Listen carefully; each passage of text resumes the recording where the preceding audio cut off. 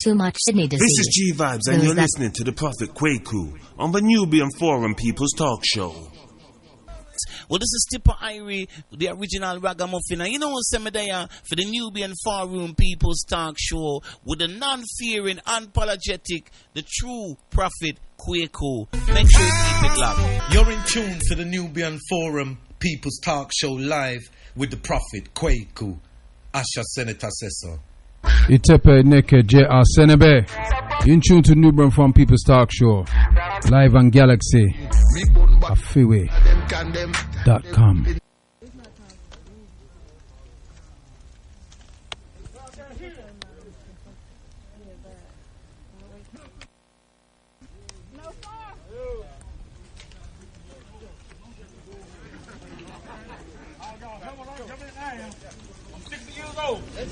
Ain't scared of a damn thing. I've been waiting for this for years.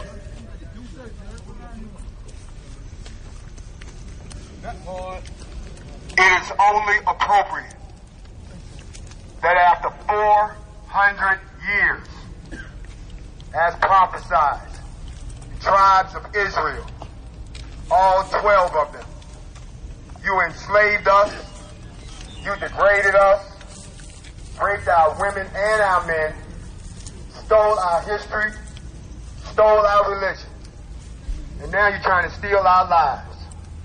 But you want us to believe they matter. You can kiss my ass right in the crack. Mine too. Me too. So it's only appropriate, y'all, that we go to the source. For all y'all out here who don't know, this is the birthplace of the Ku Klux Klan.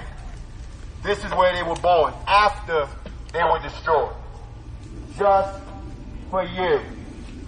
Everything you've been seeing, the police, discrimination in housing, a fucked up education, fucked up banking system, fucked up politics, are all tied to the KKK.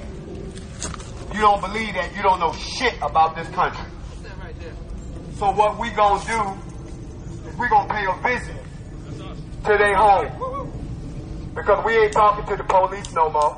They just work for the KKK. We ain't talking to the government no more because they are the KKK. That's right. We ain't talking to the banks no more because they are the KKK. We ain't talking to most white people because y'all are the KKK. Oh, none of them. Don't tell me that you ain't never been a slave on a motherfucker. I ain't never been a slave. That's right. But you riding around in my car. That's right. Won't even let me ride in the motherfucker, right? Hallelujah. So I'm not talking to them no more. I want the heart of the Ku Klux Klan to hear me no matter where the fuck you are. I'm in your house. That's right. Where you at? You made a threat. We don't threaten. We don't scare. Because we don't care. And we don't fuck around. You threaten us, we gonna threaten you. That's right. You said you gonna start shooting white people at 8 o'clock, we gonna start shooting, black people at 8 o'clock, we gonna start shooting white people at 8:05. Threat, counter threat. Because threats don't mean shit to us. Y'all been threatening us since Birmingham. I ain't seen shit. Well, it's July the 4th. And all you scary ass Negroes that pass that shit around, look at what the fuck you did. You made blacks come out. I don't see no white militia. So to the boogie boys, the 3%ers, and all the rest of you scared ass rednecks, we here. Where the fuck you at? We in your house. Let's go. NFAC, motherfucker. NFAC. Stole our history, stole our religion, and now you're trying to steal our lives. But you want us to believe they matter. You can kiss my ass right in the crack. Mine too. Me too. So it's only appropriate, y'all, that we go to the source. For all y'all out here who don't know, this is the birthplace of the Ku Klux Klan.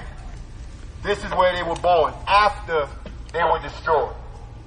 Just for you.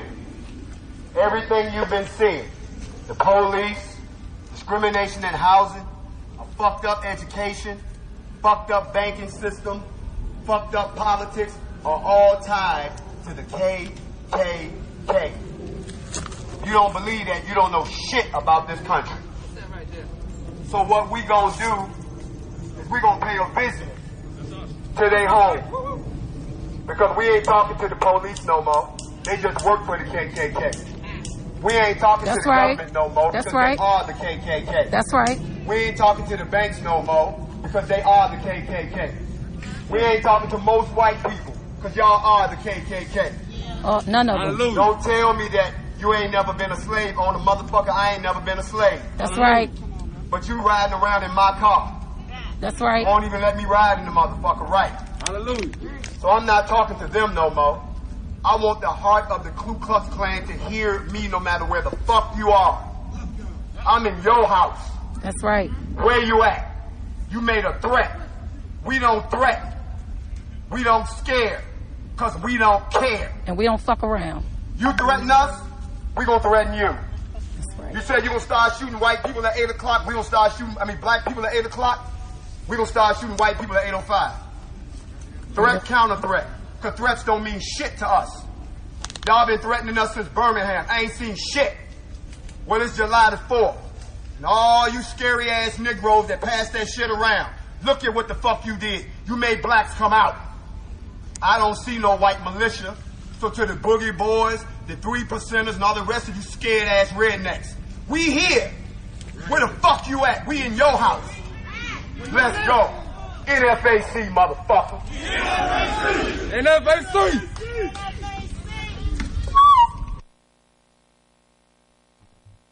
Otep, Itepe Ineke, J.R. Senebe. Divine peace, long life, stability, and good health. Timaji Laro, Kutu Kutu, Mudupe, Olodumare, Nkulukulu, Kwame Blafo Oshe, Mungo, Amenra, Oniemi, Jiniami, Ja, Amenra, Ashe, Ashe, Ashe. Maduba to all the ancestors them that come before us. Maduba to those ancestors that fought the enemies of Mama Al-Kibalan for the last 6 millenniums. Maduba to the ancestors that suffered in the Mangameses, whose bones lay beneath the many seas, the many oceans, the many rivers, the many lakes, the many swamps, the many deserts, the many trees they hung us from, the many graves of this world. Maduba. Maduba to those ancestors that wrote our stories down on stones, papyrus, scrolls, put them in books, audio and video, so that we would know who we are, where we come from, how we arrived, where we are, where we survived, how we were successful, where we made strides, where we failed, the corrections we need to do, and where we need to go. Maduba Madasi to those ancestors. Maduba Madasi to our personal ancestors, the ancestors of those of you who's tuning in to GalaxyAfiwe.com inside the Nubian Forum People's Talk Show. Maduba to all you African ancestors who are with us when we call upon you. Madasi. Yeah, Akwaba to all those who's tuned in to the Nubian Forum People's Talk Show. Let me first apologize for the language in that tape, but it was necessary to play it because that's the NFAC, not effing around African Coalition. They went down to the Ku Klux Klan yard. 1,000 of them armed to the teeth because them send a threat out. Say, on the 4th of July, they're going to start killing black people. And so, this brother, I think his name, Jazzy J name, Grandmaster J, that's it, Grandmaster J, that time name, who is a soldier, trained soldier. And the majority of the men who go out there, you know, was trained soldiers. No, me I tell you God truth, you know, black people. Right? It's the first time really and truly, you know, me the one there the States, you know. I tell you God truth. Serious thing. Because me would have joined them. No if, no buts, no maybes. I would have joined them. Because the reality is this, you know. Right? These people have been getting away, not for decades, but for centuries, of taking liberty with black people. Right? They have been getting away with it. Right? And to be very honest, I don't care what them man they do, if them lick off some people or anything like that. Because, you know, I just hear some talk going in and amongst our people, you know. Some look kind of frightened Friday talk. You know, them talk there with man and say, yeah, but you know, not everybody's like that, and this and that, and re-te-te, and all the rest of it. As far as I'm concerned, I'm not interested in not everybody's like that. Most of them are like that. You understand what I'm saying to you? So I play that clip, and I'm gonna ask a question of you. I may feel like a ride tonight. Cause me feeling at the mood tonight for burn some fire. But before I do that, before I go any further with that, yeah. Before I go any further with that, I have another piece that I'm gonna play of Grandmaster J from the NFAC in the United States of America.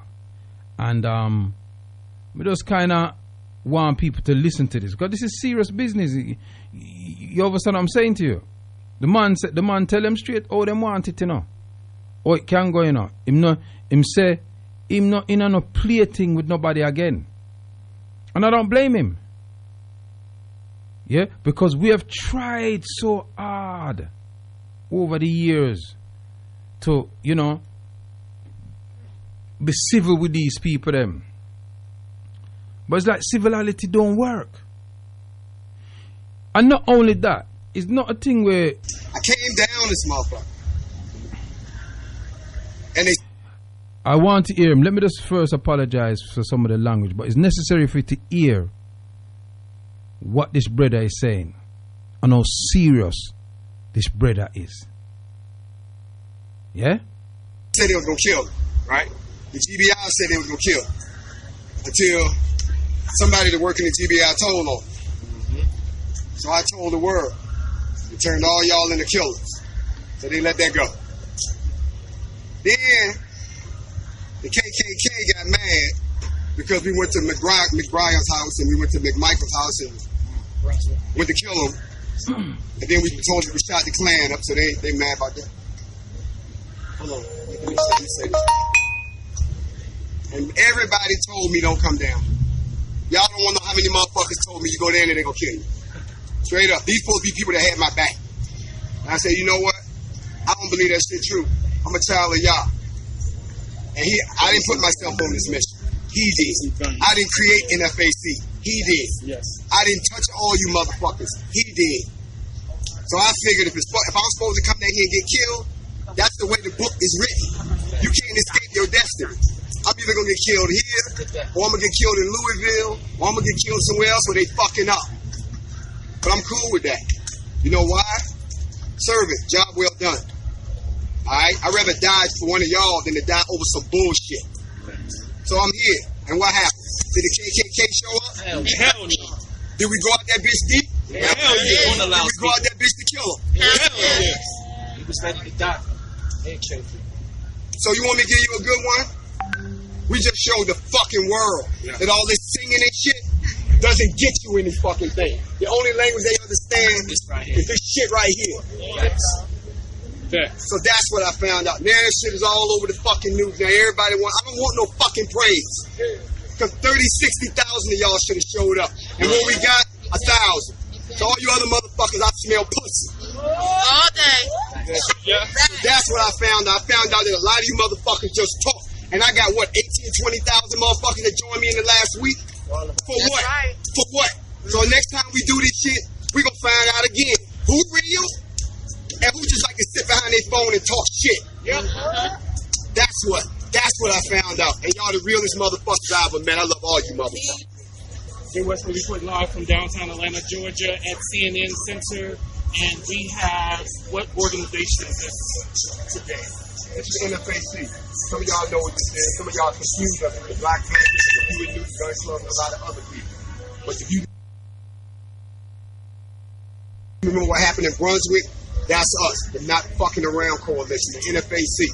That's who we are. So white supremacists have threatened to kill black people this weekend. Have you heard about that? Let me explain something to you and your viewers. Yeah, we heard all of that, but we don't scare. We don't hear their threats. We threaten back. Okay? That's the problem. Scary Negroes repeating what the enemy said. If they say they're going to kill black people at 8 o'clock, damn it, stay back. We killing white people at 8:05. Stop repeating to us what they say, because they haven't made good on one threat today. So today, we went up on Stone Mountain where the Klan was born, with 1,000 of my soldiers looking for the Klan. So we don't respond to threats. We can make threats. That's our problem as a people. We keep playing ourselves as the victim. We don't want no more apologies. We want to give some apologies. We don't want to have to understand. We want y'all to have to understand. What is the mission of your organization? To protect black people in their communities, in our I'm want to curse on your show. In our money, to protect black people, to protect black people in their communities, in our I'm want to curse on your show. Because they haven't made good on one threat today. So today, we went up on Stone Mountain where the Klan was born, with 1,000 of my soldiers looking for the Klan. So we don't respond to threats. We can make threats. That's our problem as a people. We keep playing ourselves as the victim. We don't want no more apologies. We want to give some apologies. We don't want to have to understand. We want y'all to have to understand. What is the mission of your organization? To protect black people in the state. Because they haven't made good on one threat today. So today, we went up on Stone Mountain where the Klan was born, with 1,000 of my soldiers looking for the Klan. So we don't respond to threats. We can make threats. That's our problem as a people. We keep playing ourselves as the victim. We don't want no more apologies. We want to give some apologies. We don't want to have to understand. We want y'all to have to understand. What is the mission of your organization? To protect black people in their communities, in our I'm want to curse on your show. In our money, in our education, as far as our kids, as far as the sisters, no matter how strong they are, our own self-policing, our own self-patrol, the whole 9 yards, and then become the backbone for the military for a new black nation. What is the solution to all of this? And that's the last The solution is very simple. We file a Declaration of Liberation declaring every African American descendant of slavery a political prisoner here in the United States and that was affected by the Portuguese slave trade. And then after that, the United States has a choice. Either A, carve us a piece of land out here, we'll take Texas and let us do our own thing, or don't stop us when we exit out of here and go somewhere where they will give us our own land to build our own nation. What is your name and what is the... I'm the official Grandmaster Jay. I created the NFAC. All right, and how long have the organization been in existence? We don't give that information out. Just how we'll tell you this, we're all ex-military. We're all very disciplined. We're all expert shooters. We don't want to talk no more. We don't want to build our own nation. What is your name and what is the... I'm the official Grandmaster Jay. I created the NFAC. All right, and how long have the organization been in existence? We don't give that information out. Just how we'll tell you this, we're all ex-military. We're all disciplined. We're all expert shooters. We don't want to talk no more. We don't want to negotiate. We don't want to sing songs. We don't bring signs to a gunfight. We're an eye for an eye organization. So when they decide to act right, we'll decide to act right. And we do it all legally, just like they do. Thank you so much. Thank you so much, sir. Uhuru. Otep people. So there it is. Grandmaster Jay, the leader of the NFAC. serious things. Now, obviously, you know, there's people all around the world listening to the Big G. And you're in tune to the Nubian Forum People's Talk Show live here on GalaxyAfriwe.com. And right now, I'm saying to people, how serious are you about your liberation? How serious are you? So just let me know if people's tuned in. Management, I don't know if I'm technician. This system we're using, is this the old Skype system or is the new system? I'm not 100% sure. So if you can just give me a WhatsApp or whatever and let me know, I'd appreciate that, because I don't know which number to give out. But I'm going to give out the text now, the text and the WhatsApp number for now. So you can WhatsApp and let me know the lock in, where you're locking from. 0, if you're abroad, it's +44, and then you drop the first 0. If you're here, it's 0737 792 0703 +44 73 77 92 0703. In fact, if you put the +44 in your ear, you'll get through same anyway. Yeah, that's the WhatsApp number. So if people tuned in, just send a text in, comments or whatever the case may be. I'd appreciate love that. I just want to say Maduba, Mikey Simpson, Jason Weatherman, Foxy. I have to just send a eel up to them two ancestors there, you know. So I have some texts are coming, so let me read out text. And you won't believe it, people. I'm not gonna forget my glasses again this week. In a rush, man. Rush business. I don't know, is it the old Skype one I'm using? I don't know. I need there I listen, Louis Sham. Big up yourself, Louis Sham. Alright, I don't know. I could go into this text business, you know.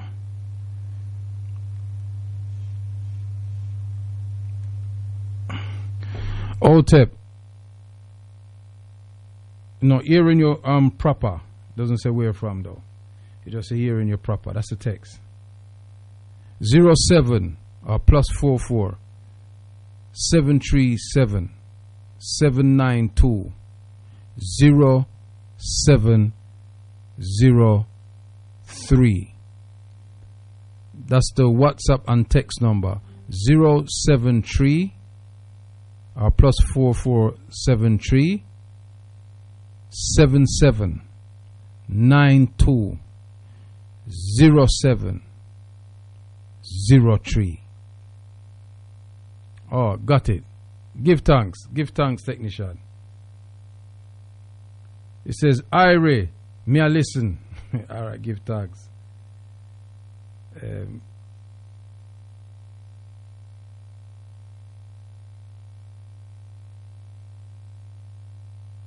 All right, we have some WhatsApp here. Remember just log on upon some of the WhatsApp and see what them I say. Blessings Kwaku from Clifton, BMW Carriage and Play to Road Bricksound. Thanks for keeping us inspired and informed. Big up yourself, Clifton. As always, no say I listen to my brother. Greetings, Prophet. Read a recording of Black Militator at last. Locked in on the Big G and tuned in to the Prophet. Yeah. 073 or +4473 7792 0703. Send in your texts, send in your WhatsApp. You let me know where you're listening from, etc. I'm gonna come back to this NFAC because I want to hear people's comments about what they think about the NFAC, and I'm gonna come back to that. But what I want just to discuss for a few moments. I want to know if people see what is happening in the various areas. I mentioned this last week, you know. I'm never really get nobody a call in. I need this information from people because something is happening. I'm going to give you an example. I gave the example last week. It's in Brixton, you used to could come down Rayton Road, bus a right onto Shakespeare Road, and you could have go to Coalharbour Lane. They've put these kind of boxes with dirt and plants in it, and they've put up a camera thing and says no cars, no vehicles, no motorbikes, no cars to go through to drive through. And if you do, you get a ticket because it has a camera, so you can't go down there again. And then when you're coming up Coalharbour Lane from Loughborough Junction way to come into Brixton, when you cross over Gresham Road to go up to the bridge to Atlantic Road, you used to could turn left. You can't turn left there no more. You have to go straight or right. So you can neither go up Rayton Road or come down it now. Because what them do on Rayton Road now, them block off Rayton Road. Only the bus, the 227, no, the is it the 327 or something like the 322 can go up and down there. No motorbike, no car. You can't go down there no more. So what happens is now, when you drive down Rayton Road, you can't bus a right on Shakespeare Road. You can only go left. And then when you go down, after you pass Barrington Road and Mill Road, you have to turn back round because them block it off right where the Adventure Playground there. See? On Clapham Road, you used to could go down Clapham Road and you used to could bus a left round Albert Square and come out on South Lambert Road, or you could have gone Dorset Road and Fenterman Road. All them roads, the same thing them do. Them block it off. So if you want to get to that side now, you have got to go all the way down to Oval, bus a left at Oval Station, and then you have to go all the way around. So people, then they got these signs telling you, oh, it's COVID-19, keep your distance. And these people want to tell you that you live in a democracy. The people them on Shakespeare Road, the tenants, the residents, were complaining that the council did not notify them about this. Them never notify them. So here we are in 2020 Britain. Yeah? Here we are in 2020 Britain. Yeah? Well, them says a democracy, them says a free society. Where they're herding you. I told you like this the other week. At the top of the starting of this so-called COVID-19 something. Them I tell you, they was talking about herding community. And now they're herding everybody, all the cars, onto the main road. Obviously, what do you think is going to happen when all the cars go on the main road? It's going to be congestion, isn't it? The emission levels is going to go up, which is going to justify them extending their emission levels to the South Circular and North Circular. And they're looking to extend the congestion charge to those areas. So now what's happened since this COVID-19, where it's supposed to be locked down? All these little things come into play in a supposed lockdown. All of these things just pop up all over the place. Up in South Norwood, you used to could go down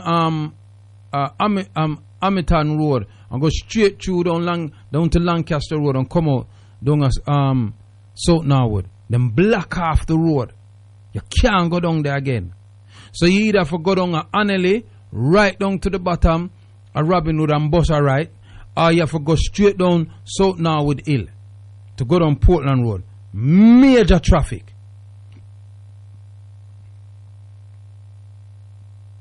So what are the people them doing about it? Here there were thousands of them went down to Parliament Square to defend a statue. Yet their civil rights is being eroded in them face and them don't have no talk. The British people is the biggest bunch of mouth. They got a lot of that. They got a lot of that. I've noticed that with them. A beer mouth them have. Because if this was France, they couldn't do that rubbish. That's what happens when you're in a republic. It's different. You can't just lock off road and do what you feel like you can do and impeding people's travel. Now, I know there's an old law about the road travel, but I can't remember it word for word. But I know there's a law that they're not supposed to impede you from traveling. This is them own law, you know.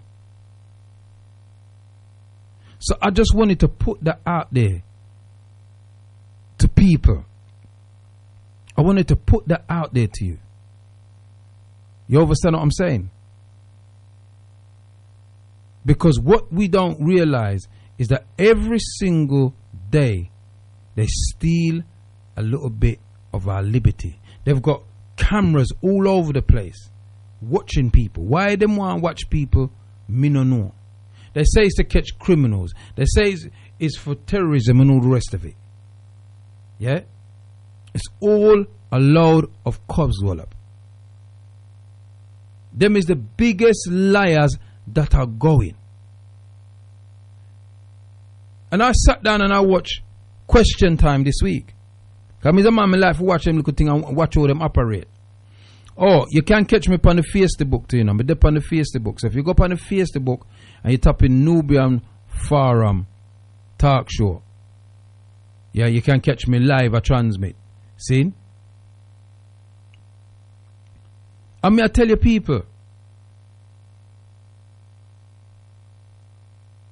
may I tell you, it was a shame. I was watching this new Miss me trainer talk now. Hold on there. Question Time. Prime Minister Question Time. There wasn't one MP, not the Speaker of the House, not even the man who hide behind the Speaker of the House chair. Not the Prime Minister, not the leader of the opposition.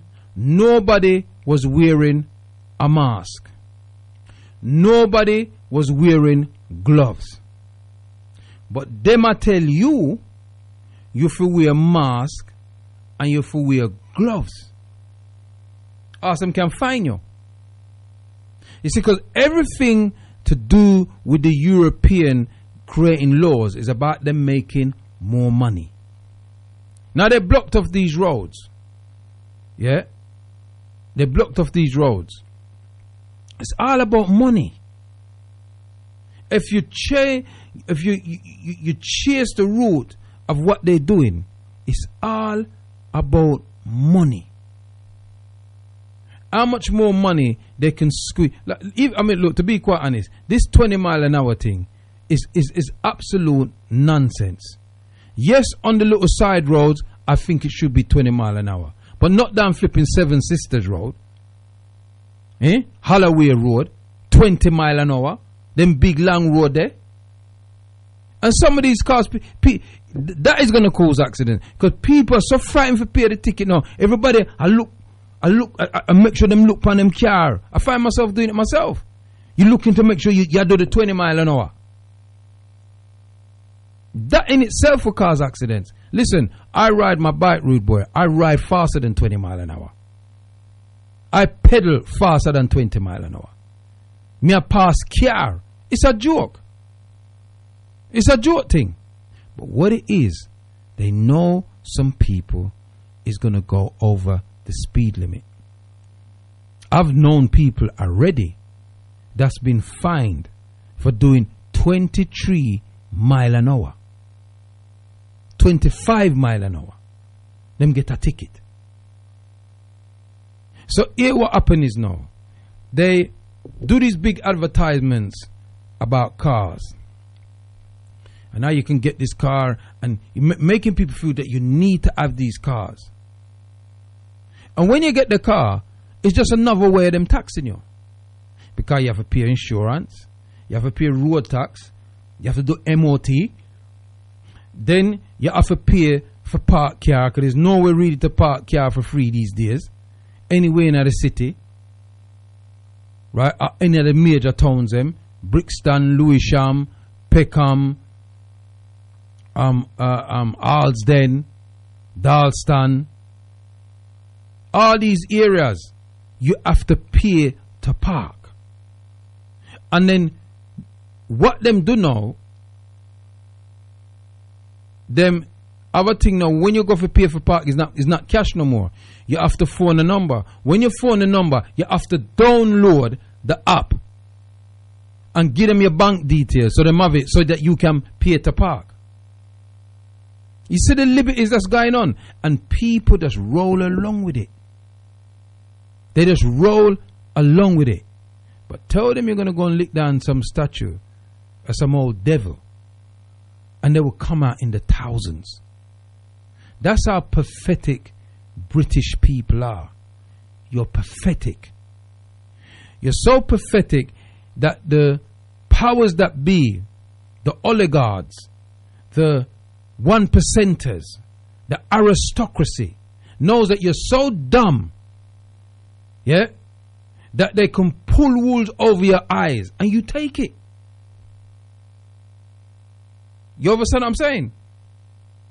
Sooner or later, no motorway you're going to be able to go on, you're going to have to pay toll. I'm telling you.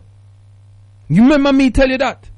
Sooner or later in the future, they're going to charge people for go up on the motorway. Yeah? So what's the point of you having a car? It's only the people them that has astronomical amounts of finance will be able to move freely in their car. So ordinary person that earns an average of, say, let's say 17,000 or 50. Some people don't even earn 15,000 a year. Yeah? How are they going to be paying 50 and they got to go work and things like that, and they have to drive? Because in some jobs people have to drive. And you're going to be charging them £15 a day from 7 in the morning to 10 p.m. at night to go through London. This is how evil these people are. Why? Because London now, central London, the city, Western and all that, is the land of the rich. And they're expanding. Because the entire London, I said this 25 years ago, probably longer than that they're going to make London the city of the rich. That's why ordinary single people them can't even get, you can't get a property to rent from the government. You got to go private. And if the government, they're sending you out to Sheffield and they're moving you. When all these new properties you see going up and down in Brixton and all these other areas that they used to call ghettos. See? All of them era they know. All the black people them that used to live in that era, they've shipped them out. They ship them out, people. This is how they operate. Yeah, you're in tune to Nubian Phone People's Talk Show live here on Galaxy Afiwe.com. We have some more WhatsApp in the place. Let me just read out some more than WhatsApp here. Log in, I listen, and that 010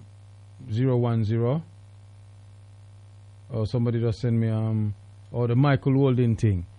I did see that Michael Holding thing. I was impressed by it. Some things that he said. Greetings, Kwaku. Some of the elders have turned their last cheek. Sign of the times.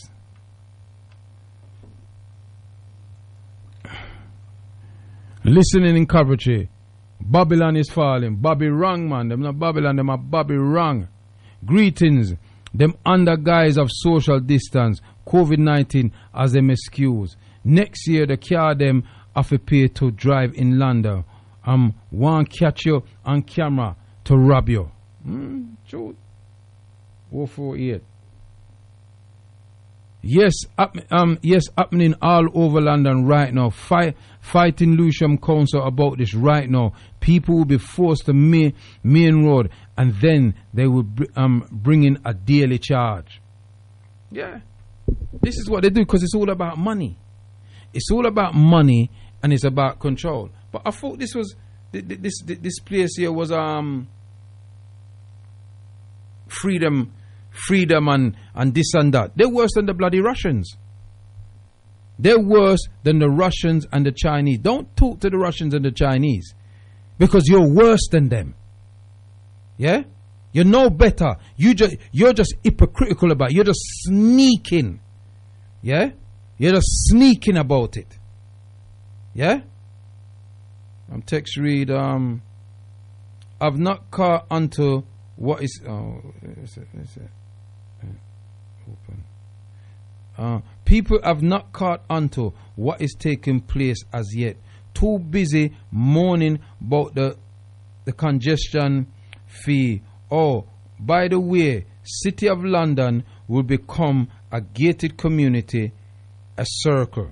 Yeah, it will be, well, yeah, because we know so the City of London is a place that's different than anywhere else. This thing I go on with. Anytime I come in at this thing, it just mess about with me, you know. Hold on there. I'm going to yes. Hold on there. I try to read the text, people. Hold on. No camera, come on, I kind of something. I'll go.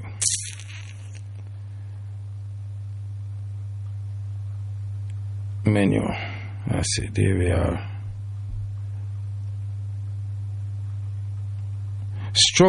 I'm struggling to hear you from Oslo, Norway. Umawali. Yeah, boy, hold it down in Norway, you know, come out so them place they cool, you know. It's a give thanks, Peckham. Yeah. So it's 07377920703. That's the text and the WhatsApp number. You can text in your comments.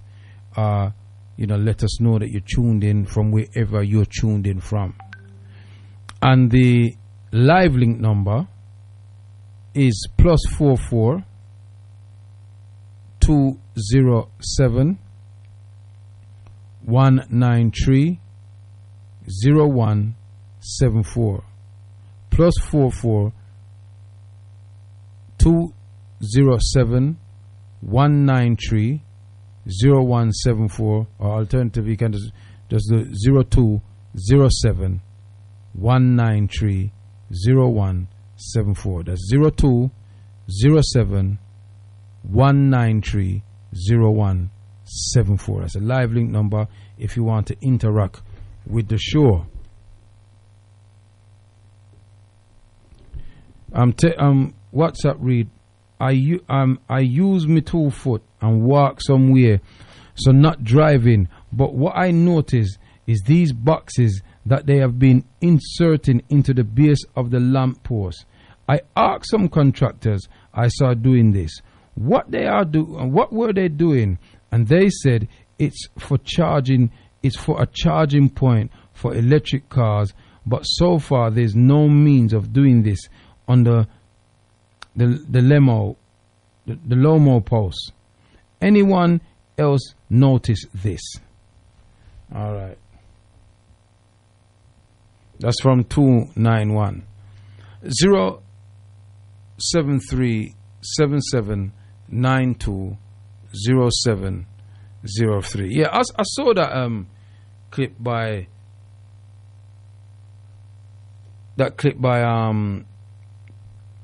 Michael Oldin, and I watched him on the news this evening just before I come in, and him win a ball. Yeah, and I couldn't understand. He was crying. Can say is that kind of racism was in his family, you know. And he said he remembered that his mother's family wouldn't talk to her because his father was too black.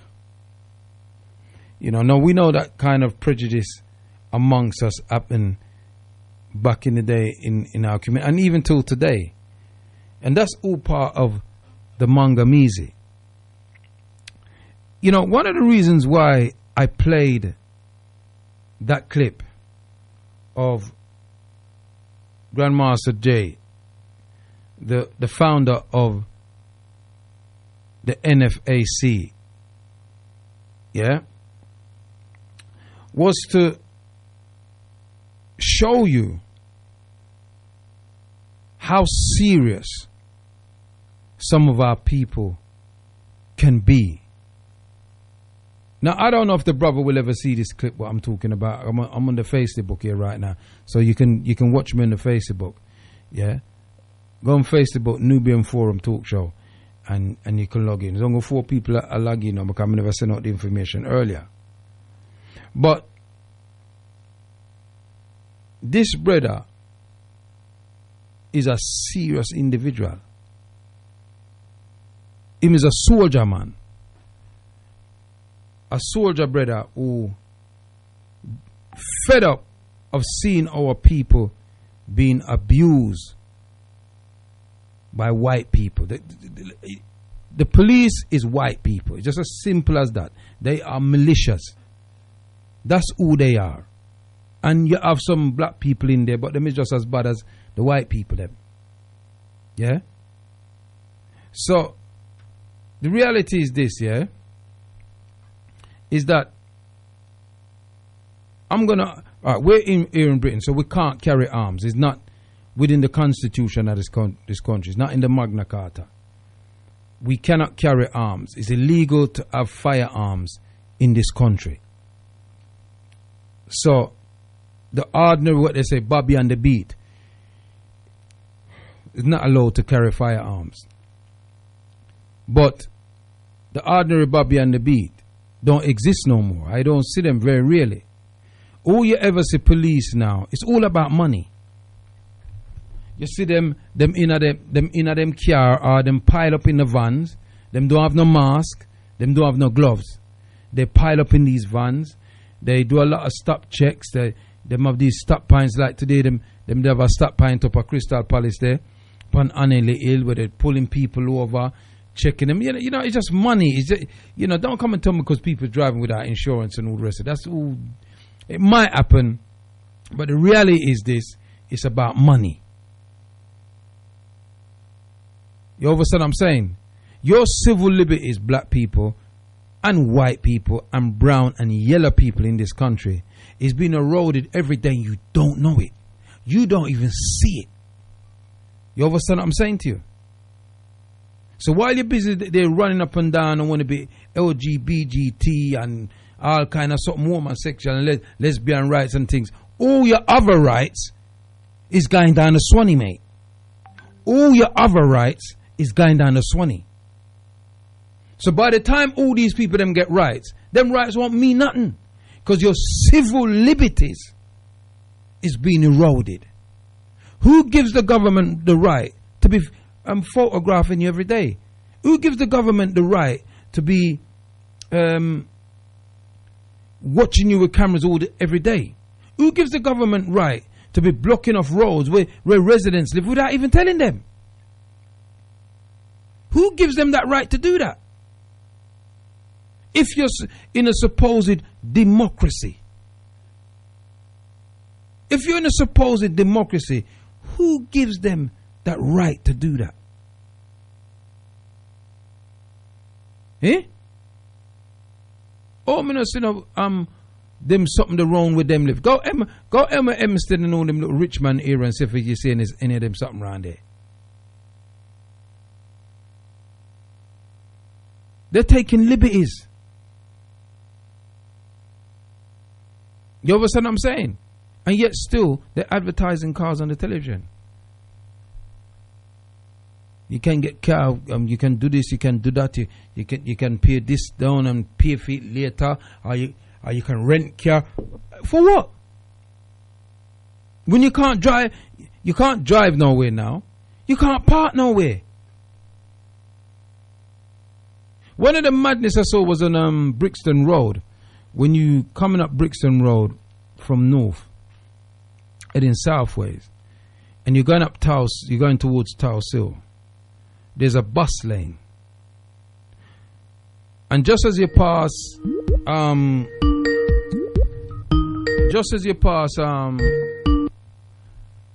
up caller, what's your name? Where you calling from? It's Kwame. Yes, Kwame, out up. Yes, Kwame, go on now. Yeah, I'm glad you're talking about it still, because I just went up to Shaftesbury Avenue to pick up somebody who was in Soho, yeah, and I couldn't get inside there to pick up the person. Right, the person has to walk down in the rain, to Shaftesbury Avenue, right? Mm-hmm. So mention is that I heard they were blocking off Harbor Lane from the Ritzy Cinema down to Railton Road. Now, what about our elders who come into Brixton to do their little shopping? Right? How is cars gonna? How they gonna get minicab to go home with them heavy shopping? You see? So those are the kind of things that these nice people in the council. Mm-hmm. And I hope Brother Martin is listening, because he's a councilman. Right? These nice people in the council, right, not thinking of. Are they thinking of so that they can chase out the small businessmen out of Brixton and out of Peckham, yeah, for the rich people them to come in and take over? Well, they've done that in Brixton already, because what I discovered, you know, right at the corner of Brixton, Cole Harbour Lane and Atlantic Road. They're building the new Oval House. Right. Theater. So what they're gonna do? They're gonna make the entire area pedestrian. You understand me? Because once that theater opens up, yeah, they're gonna make it pedestrian, and so therefore now that means nobody can drive down there at all. Yeah, these are through routes. You understand what I'm saying to you? They're through routes, and now they're making people. Look, you know, they change up Brixton Road. When it used to be one way coming down, one way going up. Now they're making it two way, and it's pathetic. It's more traffic. If you come down Brixton Hill, and if you want to get over to Clapham now, say like you live at Tulsa there now, you want to get over to Clapham, the only way you really can go on is you have to follow the South Circle and come right round. You understand me I say? Yeah. Because when you go down Kings Avenue, that's a madness. When you go down Brixton Hill to come down into Brixton Road, that's another madness. Yeah, because remember, you know, there's a right turning that you turn right to go and call up Lane from where Ritzy there. See? But no, you said them a lock that off too. Yeah.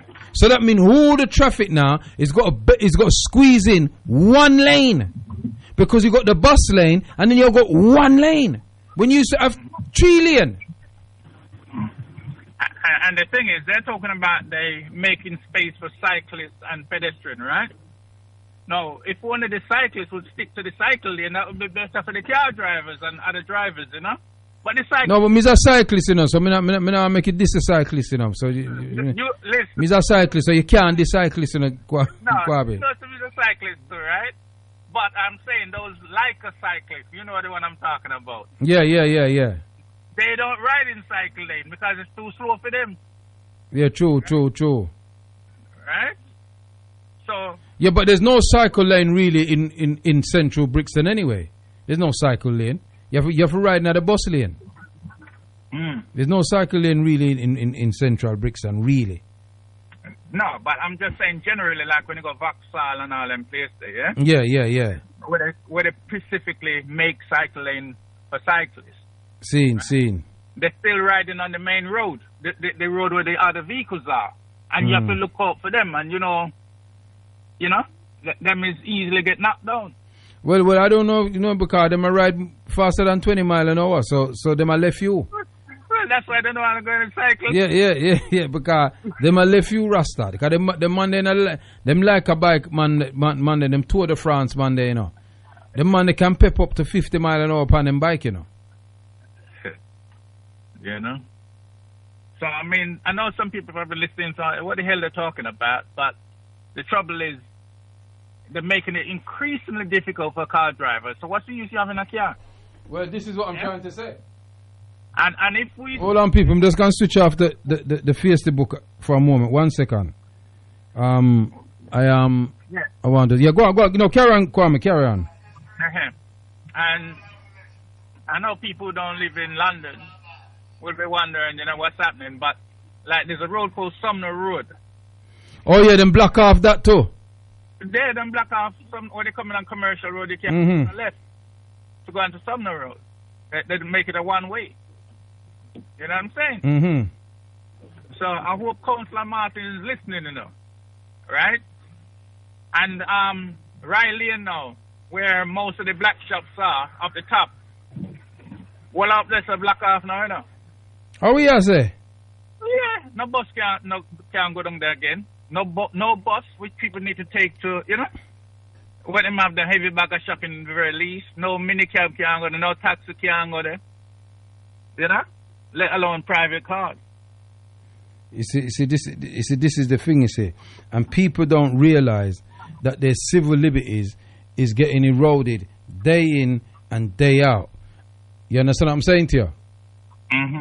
Day in and day out, their civil liberties is being eroded, and they can't see it. You understand what I'm saying?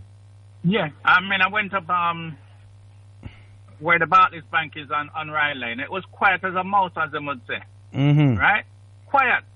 Right? So the local business people, things is bad. You know what I mean? So it's going to get worse and worse, if you know what I'm saying, for them. And all they're going to have to close down. Well, this is what I'm trying to say. Right? This is what I'm trying to say. Right? And you keep hearing them. You keep hearing them say, "Oh, we're going into a recession." Yeah, because them know what them doing. Them know exactly what them doing. Yeah. Them know exactly what them doing. You understand me I say? Yeah, they're preparing it for the rich. Oh yeah. For the wealthy. Run us up, because I remember saying, you know, right, most of the people them that you see coming to live within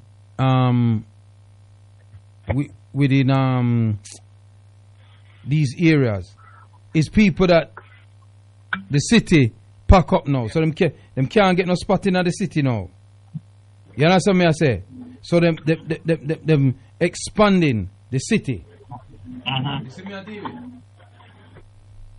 Right? I mean, let me show you something as well. You see in Vauxhall what is known as 911s, yeah, where the American embassy is, yeah? Yeah. You see the amount of apartments that they're building in that vicinity? Yeah, me see it. Right. You see, not too long from now, once the road going to be take over, you know? You mean not too long from now? It take over already. Right. Them places take over already. Well, I mean, when you go down to Lansdowne Way and and that kind of way there, yeah? Yeah, but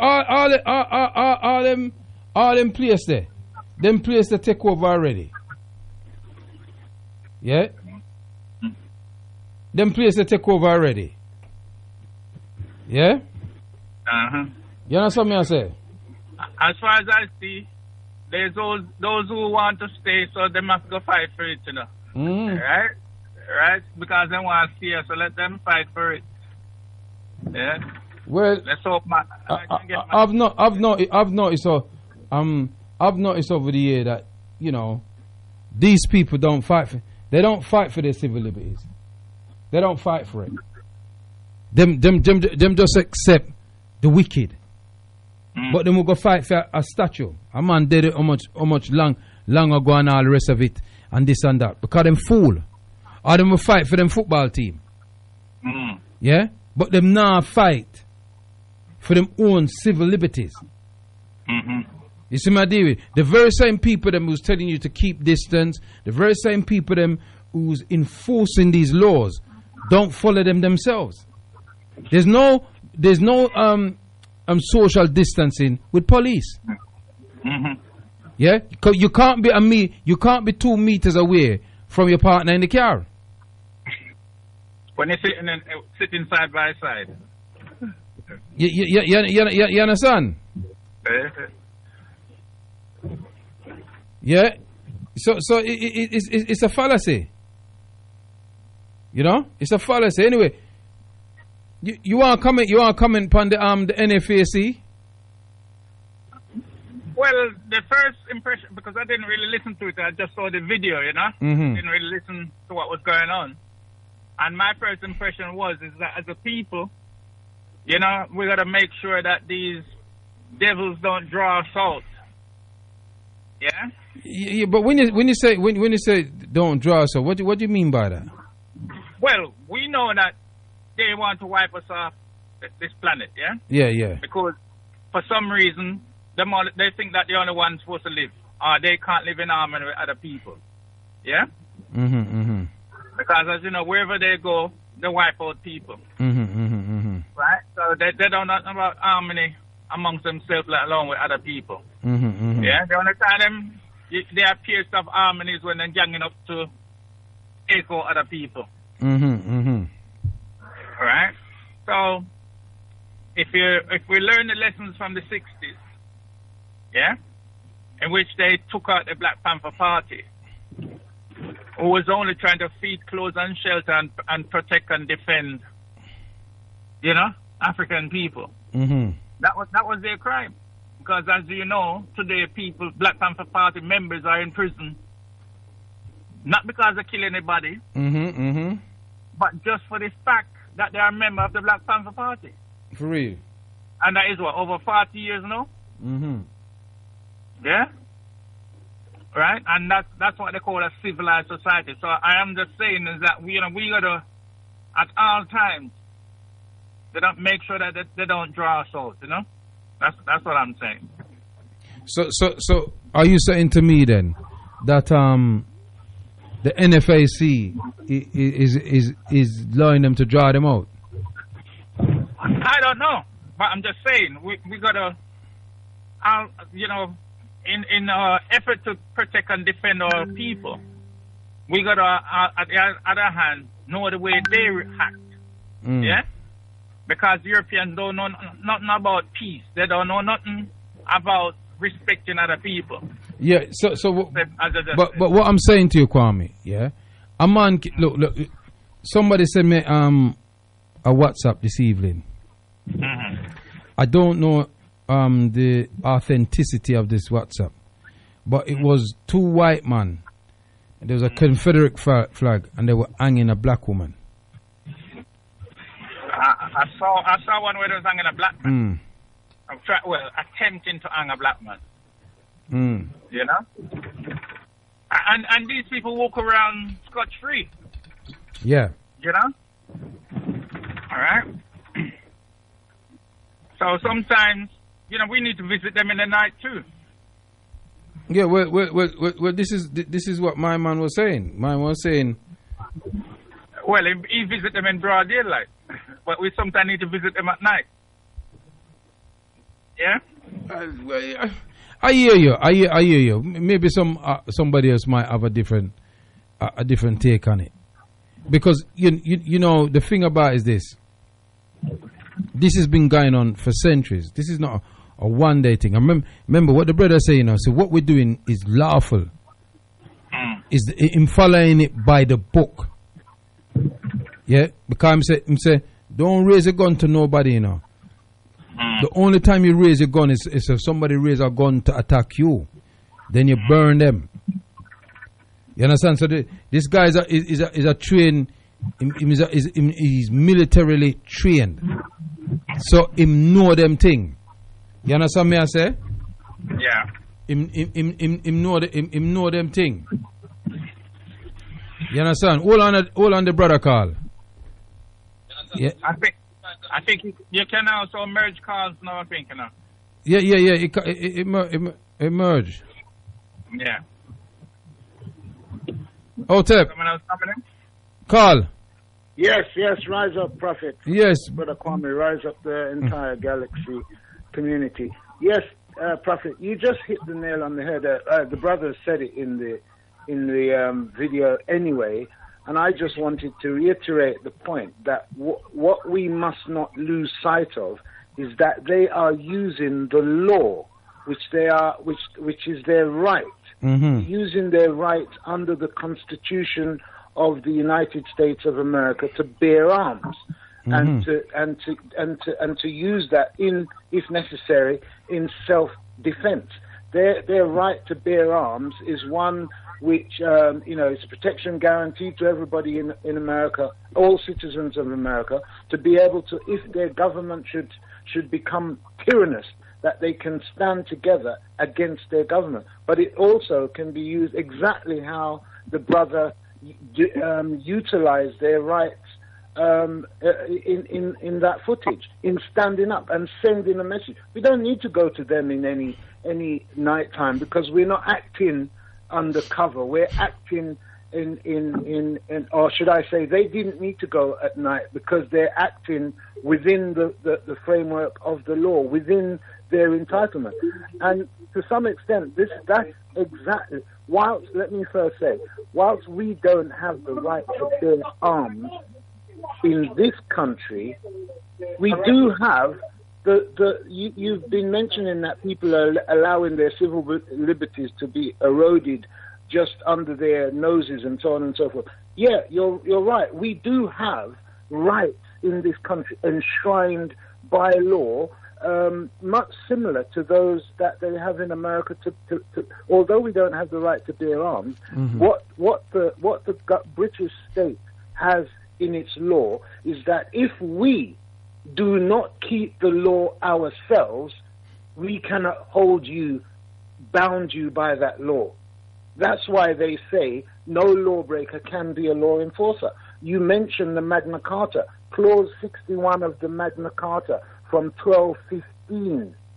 It says, if we have wronged you and failed to give you a remedy to your satisfaction, you are entitled to do anything you want, including disobeying the law. You don't have to obey law. You do absolutely anything you want, including seizing our castles. The only thing it says you mustn't do is harm our persons. But anything else you can do, unlimited.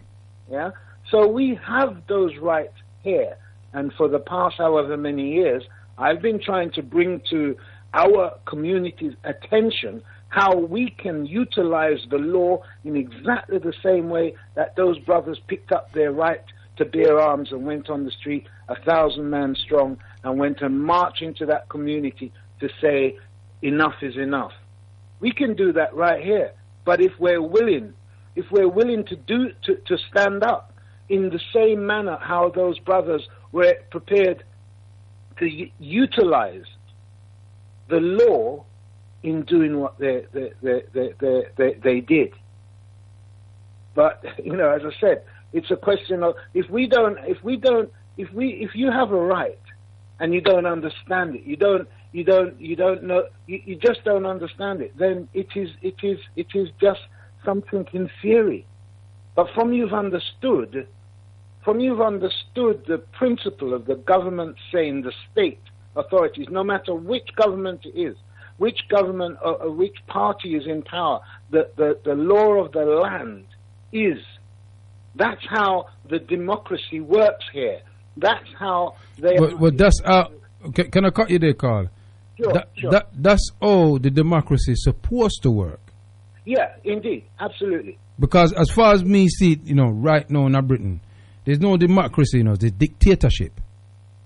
Well, and it's done neatly. You're right, my brother, and that's what I'm saying. That if people, because remember, they've said in their law, ignorance of the law is no excuse. Mm-hmm. So you can't say you didn't know your rights when you were supposed to stand up to. You cannot say you didn't know your rights. It's not an acceptable defense. Yeah. So I mean, you mentioned the roads, and Brother Kwame mentioned Rye Lane. I was surprised myself when I went up Rye Lane the other day and noticed that they blocked it off from this end of from the Primark end of Rye Lane where the bank is. You can't turn left onto Rye Lane, and I'm just wondering. Well, I wonder how do those shops get their deliveries and so on and so forth. Brother Kwame mentioned cabs go up there to pick up elderly shoppers and so on and so forth. People's rights, but again, these things. I don't know, maybe they're using special clauses under these special pandemic situation that they have. I know that there's a law about the highway. Yeah. Yeah. I don't know it word for word, but I'm sure you do. Can you explain what the law of the highway is? My brother, I don't know. Anything I was going to touch on is that normally when councils do certain things, when they make alterations to the normal everyday life, they have to do through planning permission. And that planning permission, they have to notify the community, they have to put up notices so that people can have their say in objection and so on and so forth. So I don't know if any of those things... But if they're going to do something like that on a residence road, aren't they supposed to contact the residents as well? Yeah, indeed. Yeah, the mafia, innit? Yeah.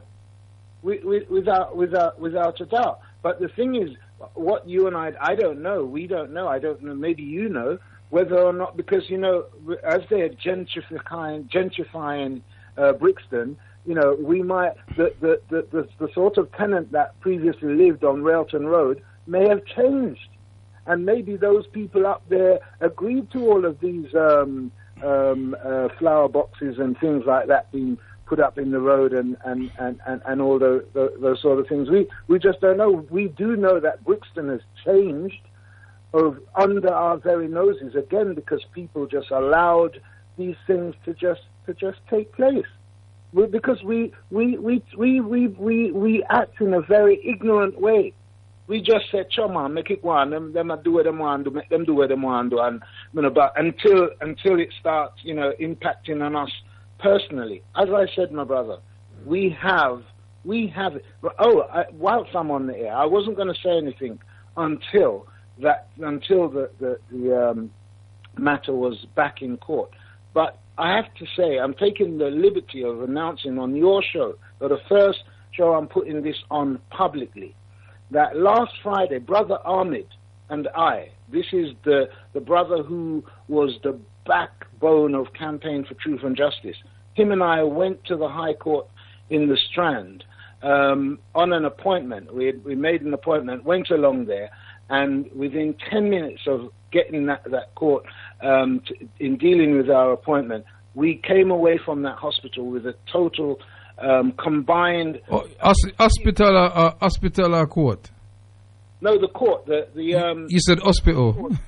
I beg your pardon. Thank you for correcting me. We came out of the High Court in the Strand with a total of £20,000 in fee exemption to now go and issue 2 cases against the state of the United Kingdom. I am very, very happy to announce that on your show right now. As I sit here talking to you, I am in the process.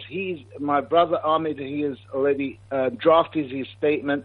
I am in the process of drafting my statement. Mm-hmm. And by the time we do that, I'm going to come back to the community when we're ready to go and issue this writ against the government of the United Kingdom. Yeah, I'm going to be coming to the community to say, look, now everything what they did before, they can't do it again in terms of trying to block this, prevent this lawsuit from being settled. But with the community's support, visible support, we can force the hands of these people. And I had a chat with Sister Esther a couple of evenings ago, and I said, look, right now, once this lawsuit is issued, it gives us a platform to bring to the table the issues of reparations. Yeah, it gives us a platform because these claims which we are establishing carries the value of an unlimited claim, my brother. When I say unlimited, I only know one interpretation of that word, and that means that there is no end. But there's a minimum as well, yeah? You're going to do a minimum? Well, we are indeed. How do you know about that? I dreamt it. I am doing the minimum. I'm wondering how the hell you know about that. A minimum of 100 and something million? How you know all them things there? Mine, you know. You sure you have a spy in the yard? I am, because remember... so them call me the prophet, you know.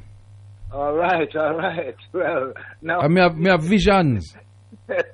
Listen, well, my brother, you're bang on right, because the reason, how we arrive at that point, remember, it is our original writ, dated, which I'm sat here in my hand holding, dated 1998, which had a face value of £104 million. This is the writ that sent them into a spiral of madness, yeah? Sent them into, we can't allow this, we can't let him come through here and do this, you know, etc., etc. So that is going to be, in fact, 150 million is going to be the minimum point of our claim. But we, as I said, we are presented an unlimited claim with a starting point of 150 million. That is, you know, it's not a question of anybody at all is more than welcome to go and look up the laws relating to the protection of one's liberty. And Article 5 of the Human Rights Act 1998 states categorically, no one shall be deprived of their liberty except in a procedure prescribed by law. Except in a procedure prescribed by law. But this is why they're always changing the law. This is why they're always introducing new things. You're right. You see my deal? Because you know, because them want for hold on, the brother are there. Them want for them want to shut down anything that you can do. Now what happened is the reason why I played that clip earlier, brother Carl. And I was saying it, but then I drifted out to something else. I know that we can't carry arms in this country. It's against the law. We understand that, yeah? But it's not against the law for us to demonstrate. No. Right? And every 1st of Mosiah, 1st of August, we have a demonstration called the African Emancipation Day Reparations March. Where we march from Brixton, Windrush Square to Parliament. We have a rally, a contingency, go and in the Stop the Mangamizi petition, come back, we rally again, and then we head back to Brixton. We march back to Brixton. Then we have we rally and we go our yard. Yeah? Now, this year, that is not going to be the case. No. Yeah? Because the move is to block off Brixton. Yeah? Now, I've had a few people asking me, why are we not marching? Yeah, I've had people ask me that question. Yeah? And I've tried to explain to them that this blocking off Brixton came about because of the lockdown and, you know, the whole COVID-19 thing. But it was decided that something must go on anyway. So whether we lock down or we have to go to something. Yeah? We might can't march, but we have to go to something. You understand me I say? Yeah. But then, the death of George Floyd changed everything. Yes, yeah, yeah. Yeah, George Floyd dead. This Black Lives Matter thing come about, and people just start rallying and marching all over the flipping world. Yeah. Yeah. So to me, that means we can march too. Well, of course. And for me, personally, yeah, I think that the idea of blocking off Brixton is a good idea, yeah, but I still feel that we should march for two reasons. The first reason is there's a ritual that we do every year. Yeah. Yeah? I think we did that since 2015. We were running late. And we always have a 3-minute silence in honor of our ancestors. We tried to move to get to Parliament Square for 3 o'clock and then do it there. But we never seemed to make it for that time. Right. But when it first happened, we did the 3-minute silence on Westminster Bridge. And to me, that's one of the most powerful moments on that march. Because what happens is, even the tourists them became silent. Yeah. And the symbolism of the river is quite symbolic to what happened to us as a people. And I feel we should do that still. You understand me? Yeah, 100. Yeah. Coming now? And not only that as well, it causes disruption, which they don't want. And the fact that them block off all these side road, it will be even worse this year. Yeah, Sammy, but go on, Carl. I was going to say, yes, I agree with you 100%. Though I don't want to cause any kind of split or whatever with the No. There's no split. But I agree that especially after all the marches that continue to take place in central London, well, around the country, since the tragic murder of George Floyd. And the others. And others, yes. Yeah, and the abuse of black people by the police in this country. Indeed. Absolutely, without a question of a doubt.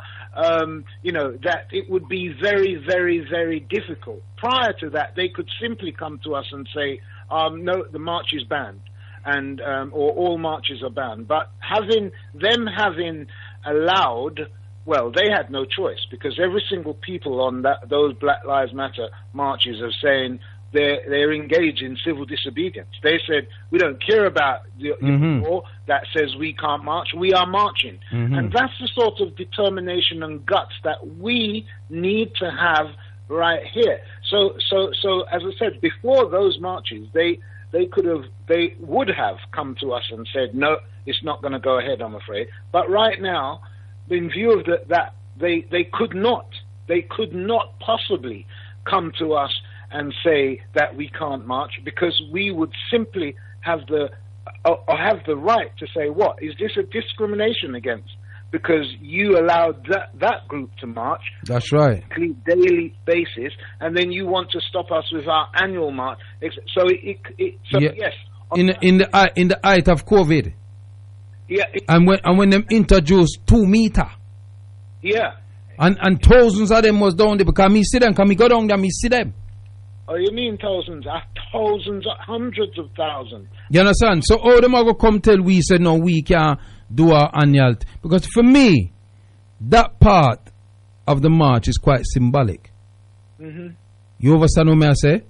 Mm-hmm. And I think is a powerful part of the march. Yeah. You understand me? Yeah. Yeah? I definitely think. I think in view of everything that's happened since. Because with the grounding and the grounding thing them are going to do, and what I think that is a good idea. Yeah. But we still can go down. That can still go on.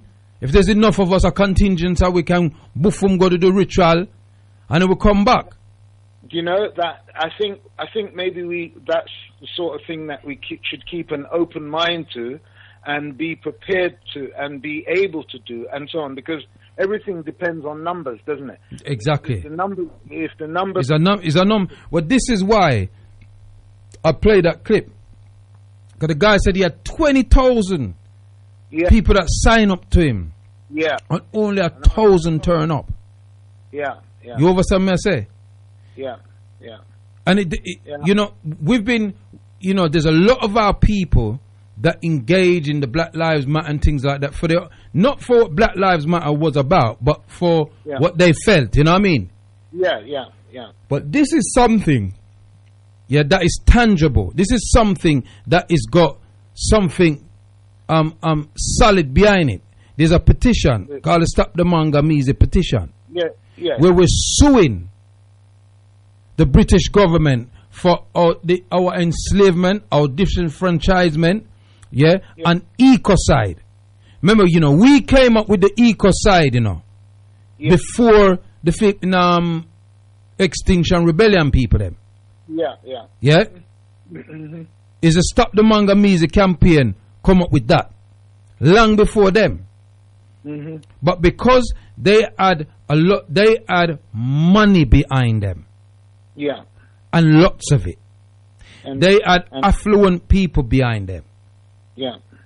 Doctors, nurses, physicians, all them lawyers, barristers. So they had the whole 9 yards. They had certain newspapers supporting them. They had all the radio stations them supporting them. They had all the news feeds supporting them. So they had all of these things. Mm-hmm. Every year we do our annual African Emancipation Day Reparation March. They've never filmed it. Why? Yeah, we've visited this point, and we know that because we don't have that influence. But then, even as you touch on Extinction Rebellion, they started off by just engaging in civil disobedience, and again, that is their fundamental right that in the vein runs through the vein of the again, I'm going to use that word, democracy of this country. No, so-called democracy. Yeah, the so-called democracy, because the people have the right to say no and face the consequence, whatever that consequence might be.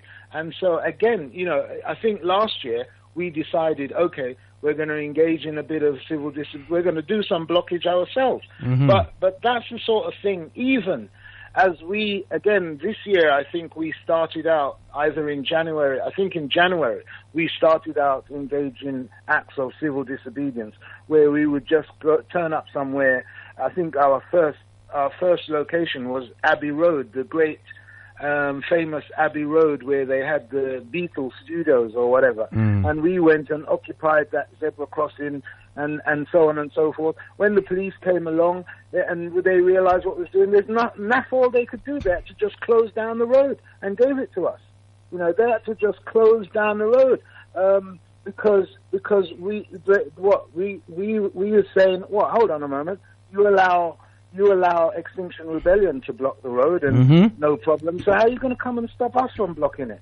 All right, hold on there. I think there's another caller here. Who's the next caller? Kwame. You okay? Kwame. Yeah, hold on, make Kwame say 2 words, yeah? Yeah, sure. Hold on there. Yeah, go on, Kwame. No, it's not Kwame. I'm calling you, Kwaku. Sorry, it's Kwaku. Oh. Ade, you okay? Oh, it's Ade, yeah, Ade, go on, say your thing, Ade. Yeah, you see, when you mentioned about the river, you stated for offering to the ancestors. Yeah, I mean, it's quite poignant because, I mean, the river has, has elemental spirituality. Oshun. Oshun, yeah, and the Oshun, yeah. I mean, it has in the Yoruba, cultures, it's very poignant and very significant. So I'm glad that you're doing that. You're stopping over Westminster Bridge because the river is significant, in our culture. So I'm really glad that you came up with that. What the thing is, Ade, is something. I mean, I never come up with it. It just happened. I think it was orchestrated by the ancestors personally speaking, because we strive to get to Parliament Square for 3 o'clock, but we never do. So we always end up on the bridge, and we do the 3-minute silence on the bridge, and it's quite powerful. I mean, I don't know if there's anybody that's listening that's been on the march and has been there at that tree. Tell me how you felt about it, because I know what it did for me. Yeah. But yeah, brother. I mean, you mentioned the Oshun. That's quite, in the Caribbean, especially in Cuba, which is not too far from Jamaica. That is the religion etiquette, which they follow. So I'm glad that you're observing a ritual that is, like I just said, significant in our culture, and it's going to help with the reparation. Because well, you see, the thing is, sorry to cut you, Ade, my apologies. I want to be clear that we didn't orchestrate that to happen. No. So you see, because what we have to do, we have to remember that our ancestors are with us. Yes. So sometimes when we are planning to do something, they might plan something else. So we were planning to get to Parliament Square originally for 3 p.m. But we never. And we wanted to acknowledge the 3-minute silence, which was something that was initiated by the African Remembrance Day committee many years ago. So we wanted to highlight that on the 1st of Messiah every year. Even if you don't come to the demonstration, wherever you are as an African, black smaddy, at 3 o'clock, there's down tools, down work, whatever it is you're doing. If you're with your family, and acknowledge that 3-minute silence in veneration and remembrance to our ancestors. Yes. You see what I'm saying? So. Sorry. Oh, I'm gonna let you come back in all a minute. So, when that happened, when that happened that year, we saw how powerful it was. And then it happened a second year, and then from that we said, right, we're going to be doing the 3-minute silence on the bridge. And it's I can explain. It's loud, but it's silent. You understand me, I say? But go, my king. Yeah, I mean, it is the element of the spirituality of it. I mean, bring the silentness of it, because the people during the Manga meeting who were thrown aboard the mid passage. I mean, the spirit, and the memories, forever live on in our memory. I mean, this is one of your march. This is one of the things it entails. I myself being a Yoruba person, I'm fighting day and day, but maybe I cannot do so much over here. Back in the continent, I could do a lot more. As in regard, bringing the forward and helping. As you say, I've only been to one of your marches. That was a few years ago. Ade, let me just cut you there a minute. It's not my march. No. It is, listen, it's our march. It's our demonstration. It's our protest. Africans don't do things on a singular. Yes. You understand what I'm saying? Yes. So even though I was a part of the group that was organizing the demonstration, it wasn't just those people them, it's all of our demonstration. And what we, when our people start to realize that this is what we're doing, or this is what is being done for you, all you need to do is turn up on that one day and support it. If you can support other groups and other people's things where their hidden agenda ain't about you, you understand what I'm saying to you? Yes. This agenda that is part of the reparations movement, that's part of the African Emancipation Day Reparation March, that is part of the Stop the Manganese campaign, you can go and look on it online. It's all about us. It's not about a singular. Yeah. It's being done with our people in mind. And unless our people support it, then the people that are spending all year around organizing it may stop doing it. See, it's almost like we're waiting for Europeans to give us a day. Dr. Ben used to always say, take the damn day. You don't have to beg them feet. No. Them not no monopoly upon the day. The August the 1st is celebrated in the Caribbean as well as us celebrating here. So we've chosen that day to venerate our ancestors. We're on a day with them again we. Yeah. Is we are take that day there. Yeah. And even if you don't come to the demonstration that day, don't go to the slavery. No. Take the day off. Do something with your family. Yeah? Better still, come down to Brixton on the 1st of Messiah at 9 o'clock in the morning. I want thousands of you. And I want all heap of young people to come because it's for you. It's for the young people. Go on there. Yes. Well, you're correct because they're the future generation who's going to continue this. You know, because I assume that me and you are roughly about the same age. You know, I mean, we can only do so much. Well, I'm at 25, you know, at the whole years. No, I'll let you into the secret. I'm almost 60 years old. Yes. Yes. You sound like a young boy. So I'm not just someone who just born yesterday. So, you know, I've got a rough idea. You know, the reparation march, yes, is good. And I mean, I would like to even clarify state again. I mean, it's not all about monetary. No, it's not all about monetary. It's about repairing the mind and reclaiming identity. I mean, money is totally secondary. Look, you know, the money and I don't want to stray away from the money because we live in a time where money run things. Yes. And you can't do nothing without money. No. Even the demonstration that we're doing here, we have to depend on people who donate to us. So you need the money. So we're not run away from the money. But it's not all about the money. Yeah? You don't need money to sort out your differences. Yeah. Yeah? You just need the will to do it. Yeah? You don't need money to come down to the march on that day. You might need a bus fare, thing like that or something like that. But you don't really need no whole heap of money for that. To come and support. Brother Kwaku, it's even better to walk. From where you in South London, it's a walking distance. I mean, your march is on a walk. From where I am in West London, it's a walking distance, roughly 45 minutes.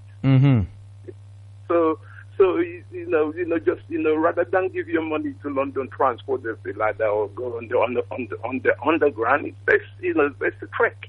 Especially if it's a nice. Well, if we're enough of our people, if the majority of our people were on our side, there's so much that we could do. We could march from all 4 different places and link up. Absolutely. You see what I'm saying? But it's always a few that is make the sacrifices. You understand what I'm saying? Yeah. So what I want people to do is to tell people about the first of Messiah. Tell them about it. We will be there 9 o'clock in the morning. Ready. And we are going to control things. But we need our people to come and support us, and our young people too. Yeah? Okay, then, Brother Kwaku. Give thanks, yeah? I'm willing to even make a donation anyway. I won't tell you the amount I'll make, but I'll leave it for a few weeks, because the first of Messiah is only about 2-3 weeks away. So I will turn up and I will make a contribution. And I'm looking forward to seeing you, Brother Kwaku. Ashe. Looking forward to see your brother Ade as well. Okay then, thank you very much. Yeah, Odabo. Rise up, Brother Ade. Thank you very much. Okay, bye-bye. Bye-bye.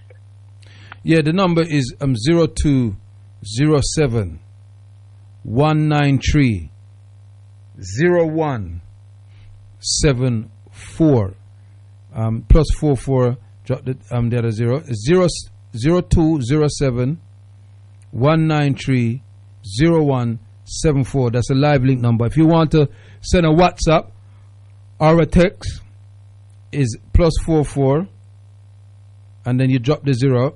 But if your ear is 073 77 92 07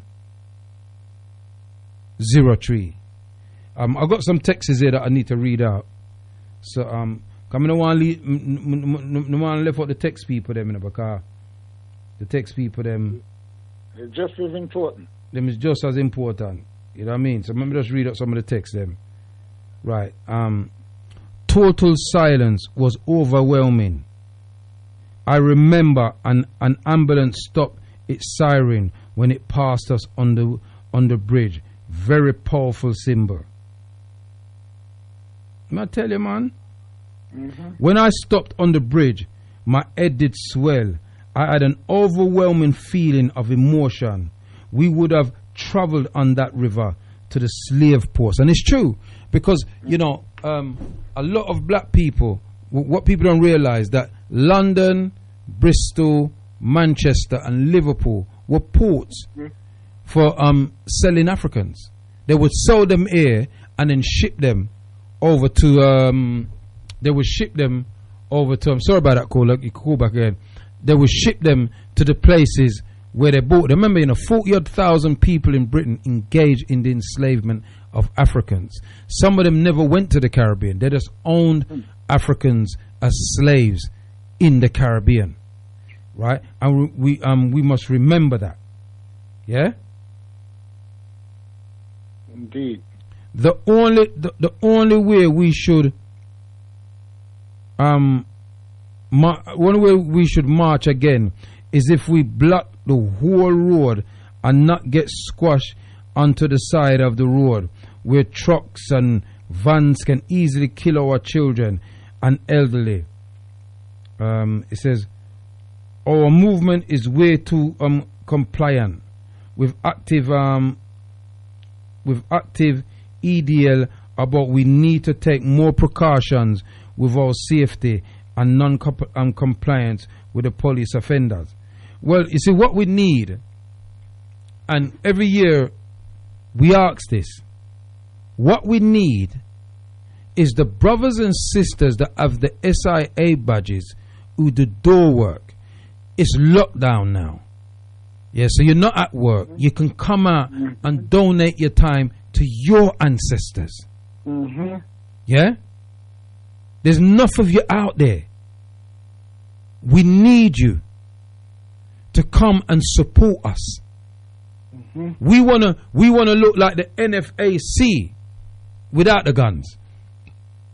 But if enough of us come there and we're set, nobody can move with nowhere until we're ready to go. That's right. In addition, CTJ is going to be employing the policy of no lawbreaker can be a law enforcer anyway. That's right. And can't touch with. You know what I'm saying? The text reads, Greetings, Prophet Kwaku. Can you get Mega Man from Soul Solid and Galaxy Radio? He's influential among our young stars. We should have a Galaxy Afui Lottery Union Fund. People will want to pay money for a potential payout like the National Lottery or raffles. Any money generated that's left over can go to helping black people fight civil matters like parking and contesting. I think that's PCN or something like that. I don't know. Penalty charge notice. Yeah, yeah. And then me just read out some of the WhatsApp thing then. It says roads are being designed across Southwark to create safer highway system for cyclists and social distant walkers. The huge undertaking sees measures come into force for at least 18 months as part of emergency COVID-19 legislation. Yeah, it's all BS. March, yes, but strategically. Do a flash mob. When a given signal is received, then small groups of 10, for example, start making their way and converge on an agreed point. Conduct the ritual, then disperse and reconfigure at the next agreed point. I think that person should come and help the people them up on the march committee, because you sound like a strategic person. Don't tell us what to do. Come and assist us in doing it. I've been on the first 3 marches, and the 3-minute silence is really powerful. We literally absorb all sound at that moment. It's the loudest symbol. And I felt that. I definitely did feel that. Yeah. Yeah. Rich people used to live in the country, but they have realized the value of the city of London, so they are pushing the poor people out now. Mm-hmm. We should have a galaxy. Yeah, I read that one already.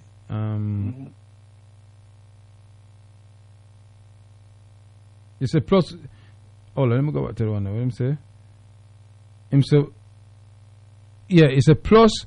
We should have a special petty cash fund that presenters can use in emergencies, like Kwaku last week having to cycle home late at night. No, but me love that, you know. My brethren, they come check me still. Come save me. Evening. They can say they didn't. They can say they did notify communities of changes to highways. However, due to lock-in and COVID and various protests, ones may not have seen the notices or indeed been paying attention. GV, thanks, Anawa. Truly. Text read, the committee should listen to the people. If the people want to march, make it go so. The march is for the African people globally. The world has been watching since 2014. Give thanks. Yeah, and that's the last. That was the last WhatsApp. 07 377 9207 03. That is the WhatsApp and text number. But if you want to interact with the show, it's 02 07 193 0174 or +44 207 193 0174. And I was saying, Brother Carl, that you know, wait, is anybody else on the line? Sounds like it's just me. Yeah, no, it says it's got 2 coolers there, but you know, yeah. Anyway, what I was saying, you see, why I said earlier, I did bring up the I did bring up this thing here, is because we have got something that we do annually on the 1st of Messiah, and we need our people them to come out and support it in numbers, because this is a numbers game. So it doesn't matter what we plan. If we don't have the numbers, it cannot be executed. You understand what I'm saying, Carl? Absolutely, absolutely. Yeah. And this year especially, a number of us who would otherwise be at work I'm not at work and won't be at work. Yeah, because it's a Saturday this year, isn't it? It's a Saturday. We're still up on lockdown, you know. Some people still on furlough, haven't gone back to work, and so on and so forth. Okay, you know, some of them are easing up, but there are more people available, and as you quite rightly say, it's going to be a Saturday anyway.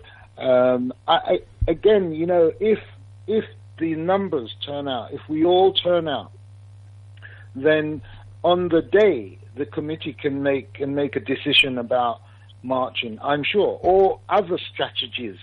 But numbers is crucial. Numbers is the most crucial of all, because what these people are watching, what they do, you know, it is not necessarily that they are ignoring our march, because they're commenting about it behind the scenes, and they're betting amongst themselves that give it a couple more years or whatever, they'll soon get fed up and they'll give up and so on. We don't have to worry about it. So let's just keep an eye for the time being, you know. And they watch our numbers, if we're dwindling and so on and so on. That's why Tony Blair had the audacity back then to say, "Oh, black people in England are not interested in reparations." That's why he had the audacity to come out and say that. You know, there's no need to apologize because it was law at the time. I mean, how can you turn around and say something which was so immoral was law at the time, so there's no need... Because his family was involved in it, that's why. Exactly. Because intergenerational wealth, the man they get from them something there. Precisely. But hold on, Carl, I think we have another caller there. Rise up. Yeah. What your name, Carla?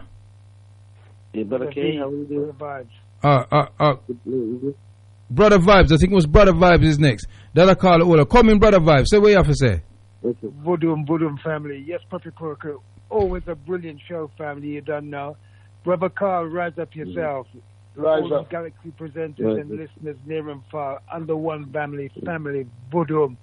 Just quickly, let me just say, before I turn out the light and chill with the vibrations, Prophet Kwaku, Father, you're bang on point regarding we must hold that 3-minute silence, because I was there last year, and trust me, this was a sweet, sweet silence, my brethren. It really was, and we are paying true homage to the beloved ancestors. We walk in arms, as you so rightly said. So yes, last point is, yes, the reparation march is on a weekend, but the sad thing is there's still enough of we making excuses not to attend. I shared something with my family today, and I told Dr. Abu, and I said to my cousin, listen, because he's a fireman, yeah, and I said to him to come. Oh, I might be working. And I just told him, I said, listen, the problem with us, we make too much excuses. And I said, now, this is no time for jokes. You must, look, I'm supposed to be working Saturday, but trust me, I'm not going. I'm coming. Earth strong, ancestral vibration will bring me there. I'm coming. So nothing Ashe. work, and I'm going to keep listening. Boom! Ashe. Right, Brother Vibes. Brother Vibes. All right, other caller. You done, Brother Vibes? I'm done. Give thanks. Brother Carl, Boodum, every time. Yes, my brother. Boodum. Yes, sir. Yeah, you're in tune to the Nubian Forum People's Talk Show live here on our Galaxy Freeway.com, the only deep brainwashing station in this nation. You can also catch me on the Facebook. Go on the Facebook, Nubian Forum Talk Show, and you can catch it. I'm a stream live. Pass the word. Go on next caller. What's your name? Brother K. Brother K, go on through me, King. Greetings, King, to all kings and emperors, you know what I mean, and empresses, you know, and goddesses. But I just want to agree with all your points there, you know, brother, and I'm fully in tune with the spiritual channel and frequency there. So rise up and enough respect every time. Just to the youth, them rise up and overcome. Yeah, you know, we know you can, and we know you can for sure, you know. And Lawrence, have you heard of Lawrence Westcroft? Brother Prophet? No, I have not. apparently he's from Liverpool. Maybe, but if Carl is on the line, maybe, or someone knows, he's from Liverpool, a political activist. I would say, you know, he goes around talking to the Wazungu them about, you know, about the most hidden secretive symbols and statues, places, you know, in relation to the slavery and locations, you know, and says his main mission is to show the whites them who don't know what them did before and what they're doing now, you know. But secondly, yeah, you know, a brethren of mine sent some pictures of reminder of the executions, you know, and I had to delete it because it was just so really, you know, horrible to see them thing, you know, executions with belt sticks and whips, you know, wood lashings upon the slaves them in them days, you know, bottoms, you know, hanging them from ships and all type of things. So, Yeah, just a correction, beloved, before you go any further. We don't refer to our ancestors as the slaves. We refer to them as the enslaved Africans. The enslaved, that's right. Yeah, yes. yeah. Because when you use that word, when you use the terminology, just say, yeah, the slaves. There's a couple of things that's happening there. One of the things that's happening is that we are separating ourselves from our ancestors, and the other thing we're doing, we're legitimizing what happened to them. Yeah. And if they accepted that, you and I would not be here today to have this conversation over the year. You know? Mm-hmm. That's right. Yeah. Yes. Correct. You see what I'm saying? Mm-hmm. So, you know, whenever we refer to our ancestors, we always refer to our ancestors them as the enslaved Africans. Yeah, because they enslaved them. They weren't slaves before they were enslaved. You understand what I'm saying? Yeah. Yeah, so you know, point of view, but yeah, just a correction, beloved, and I think that, you know, it's to honor our ancestors, you know. Mm-hmm. You go through my family. I know what you mean still, but still something I've done, yeah. Yeah, me, prophet, you know. You should know it, you know, okay, prophet. But yeah, brother, just lastly, I was just going to finish off anyway, you know. Lastly, what was I going to say now? Oh yeah, a black brother with a daughter today, as I was in Camberwell area. And I witnessed, you know, he was shaking up the, you know, the post office in Camberwell, near Camberwell, that side of there. The post office was shaking up the door. Who was shaking up the door? One black brother, African brother, you know, with his daughter. Hello? He was shaking up, you know, the door of the post office? The door, he was shaking up his daughter on the door? No, he was with his daughter shaking up the door. Like he wanted to get in. Oh. Because yeah, right. 1 second, beloved. Any callers that's on the line, can you just put your phone on mute and just hold on until I call you in, yeah? All right, give thanks. Go on, my brother. Thanks, brother. Yeah, brother. He was shaking up the door. I think it was something to do with his phone. But anyway, I was across the road. But the point is, you know, after 5 minutes, I see about 3 vans come, the police. And the daughter looked, you know, worried and thing, and everyone was just watching, not doing nothing. But that's the point, because it's like the woman inside was scared because she think he was going to break the door. And at the end of it, all he wanted to do was just get, you know, something for his phone, you know. And I was just thinking, raw. Yeah, but when I shake up the door for, some of the things we do is just a bit mad. It's just a bit mad, you know what I mean? I don't understand that. So I just tried to help myself and just tried to escape him outside of the danger zone, you know, but arguing with the police. So I just sometimes have left them be, you know, because they want to argue with the police, and you know the police are never going to be on our side for eternity, you know. That's all my point was really, but that's another thing that upset me today. But anyway, you know, lastly I would just say, you know, come out of the Scottish universities, all our black African brothers, you know. Beautiful sisters as well. Come out of the university, college, schools, and businesses at once, you know. Yeah, family. Give thanks, yeah? Give thanks. All right, my brother. Yeah, unknown caller, your time. Yes, me there, you know, Cabra. Oh, Cabra, where you at, my brother? Yeah, greetings to the most time, man. I share. Every time. Yeah, so, big up, man. Respect. So basically what it is, right, is that what we find says they're taking authority of our human rights, Kwaku. Mm-hmm. Yeah, because law doesn't say you can't march, just like what Carl is saying. Carl know the law really can deal with all them things there. And the law doesn't say to stay in your home. You understand? There's no law with that. But what the problem is, cut a long story short, is that everybody's complying by the rule. That's what it is. That's why they've gone along with it, just like all the roads. Then nobody has complained and put up a petition or stand up and say, hey, you can't block the road here. Where did he get the permission to do that? No one's done that. Everybody's worked with what the law is saying and what the government is doing. That's what the big problem is, Kwaku. You understand? Nobody's not standing up for their right and say, hold on, you can't do this and you can't do that. Just like when you get searched by the Babylon, by the feds or the police, them. You could be passing an area where there's an incident that's happened, right? And you're not even a part of it. So then you just say to them, say, look, are you arresting me, are you detaining me, or taking me? Which one of them are you doing? And it's going to be a long process, but they just let you go because they can't bother to go through the process. They know that you are not a part of it anyway. They just want some form of information or a reaction from you so they can take you in. That's all it is. So you just got to know your rights, just like with the marching. The law doesn't say you can't march. Go out there and march, do your thing. As long as everybody behave themselves, it can happen. What the white people them do their thing, they don't get no bother, they just do what they have to do and everything go well and we can't do that. Why is that? What's the reason? What? Because we don't know law?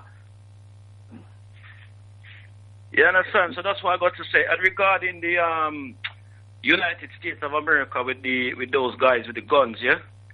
My opinion is that the same thing. They know law, so they've gone out there and petition and show themselves, say, look, we're not having it. This is what's happening. An eye for an eye. And this is the way we need to attack it over here. Not with a machine gun and all those things, but by using our knowledge, wisdom, and understanding as black people. And this is what we're not using. This is the reason why they're taking authority over us. You understand? That's all it is. And that's what my opinion is. So we just land with that. And I'm happy to be a part of the 1st of August Mangamizi, Emancipation Day, and to donate my PA system and everything's going to go. I will give thanks for that, my king. And I'm advertising it as well on the radio, so that's excellent, All right, then, my brother. That's all I got to say. Big up, respect. Respect, brother Cabra. Yeah, me have a text here. He say, if we get a caller and Mega Man down and involved in the reparations march, we get a lot more of the younger generation galvanized. Our caller talks a good talk, but where is he? When we are walking the walk? Well, to be fair to Akala has come down to a couple of the African Emancipation Day reparation march over the years. Yeah, so he has come down. At one part, he donated one of his PA system to help us out. So we can't say him. And the ones that he hasn't turned, that he hasn't been in the country. Yeah, so to be fair to Akala, that's why you probably haven't seen him. And it's good that you point that out, Brother Kwaku, because, oops, sorry, I didn't realize someone else was waiting. I am, Brother Cole. No worries, I'm just listening patiently. Okay, all right. I didn't realize he was there, but yeah, you go ahead, Sister. Shahida. Yeah. Yeah, go on, Sister Shahida. You know what? I was willing a female voice to come in. Okay, there you go. Otep, brothers. Otep, Siba Kwaku. Otep, Siba. Sister Shahida. Oh, wow. What a debate. What a discussion. Very, very inspiring. Good. Excellent. Yes, with regards to the march or the silence under the bridge. Oh, the first time I stood under the bridge, all I could see was... Under the bridge, sister, or on the bridge? On the bridge, sorry. Yeah, on the bridge. Yeah. All I could see was a river of dark heads. And I looked up, and all I could hear was like a humming. And that was what made me look up. And it's like I felt as if I wasn't in London. I was somewhere else. And where was this? When you was on the bridge? Yes. Scene. It was very powerful. Mm-hmm. Very powerful. And I'm sure my ancestors or our ancestors would have been extremely, extremely proud. Yeah. Because, sorry, go on. Sorry. Because this is what they fought for us to take on the baton. Mm-hmm. And it was well received. It would be a shame if that doesn't happen this year. They are going to recognize a 3-minute silence. Definitely. I mean, whether we march or not, that's going to happen. But I just feel on that bridge, there's something that happens. Yes. Spiritually. Absolutely. Because I felt the ancestors were there. Mm-hmm, and I think that's why I heard this humming. Mm-hmm. I actually heard, and that's what made me look up, to see if I was really hearing this humming. But very, very powerful. They're with us, and they will always be with us. And we need to listen to them. Can I ask Brother Carl a question? Of course you can. Sure.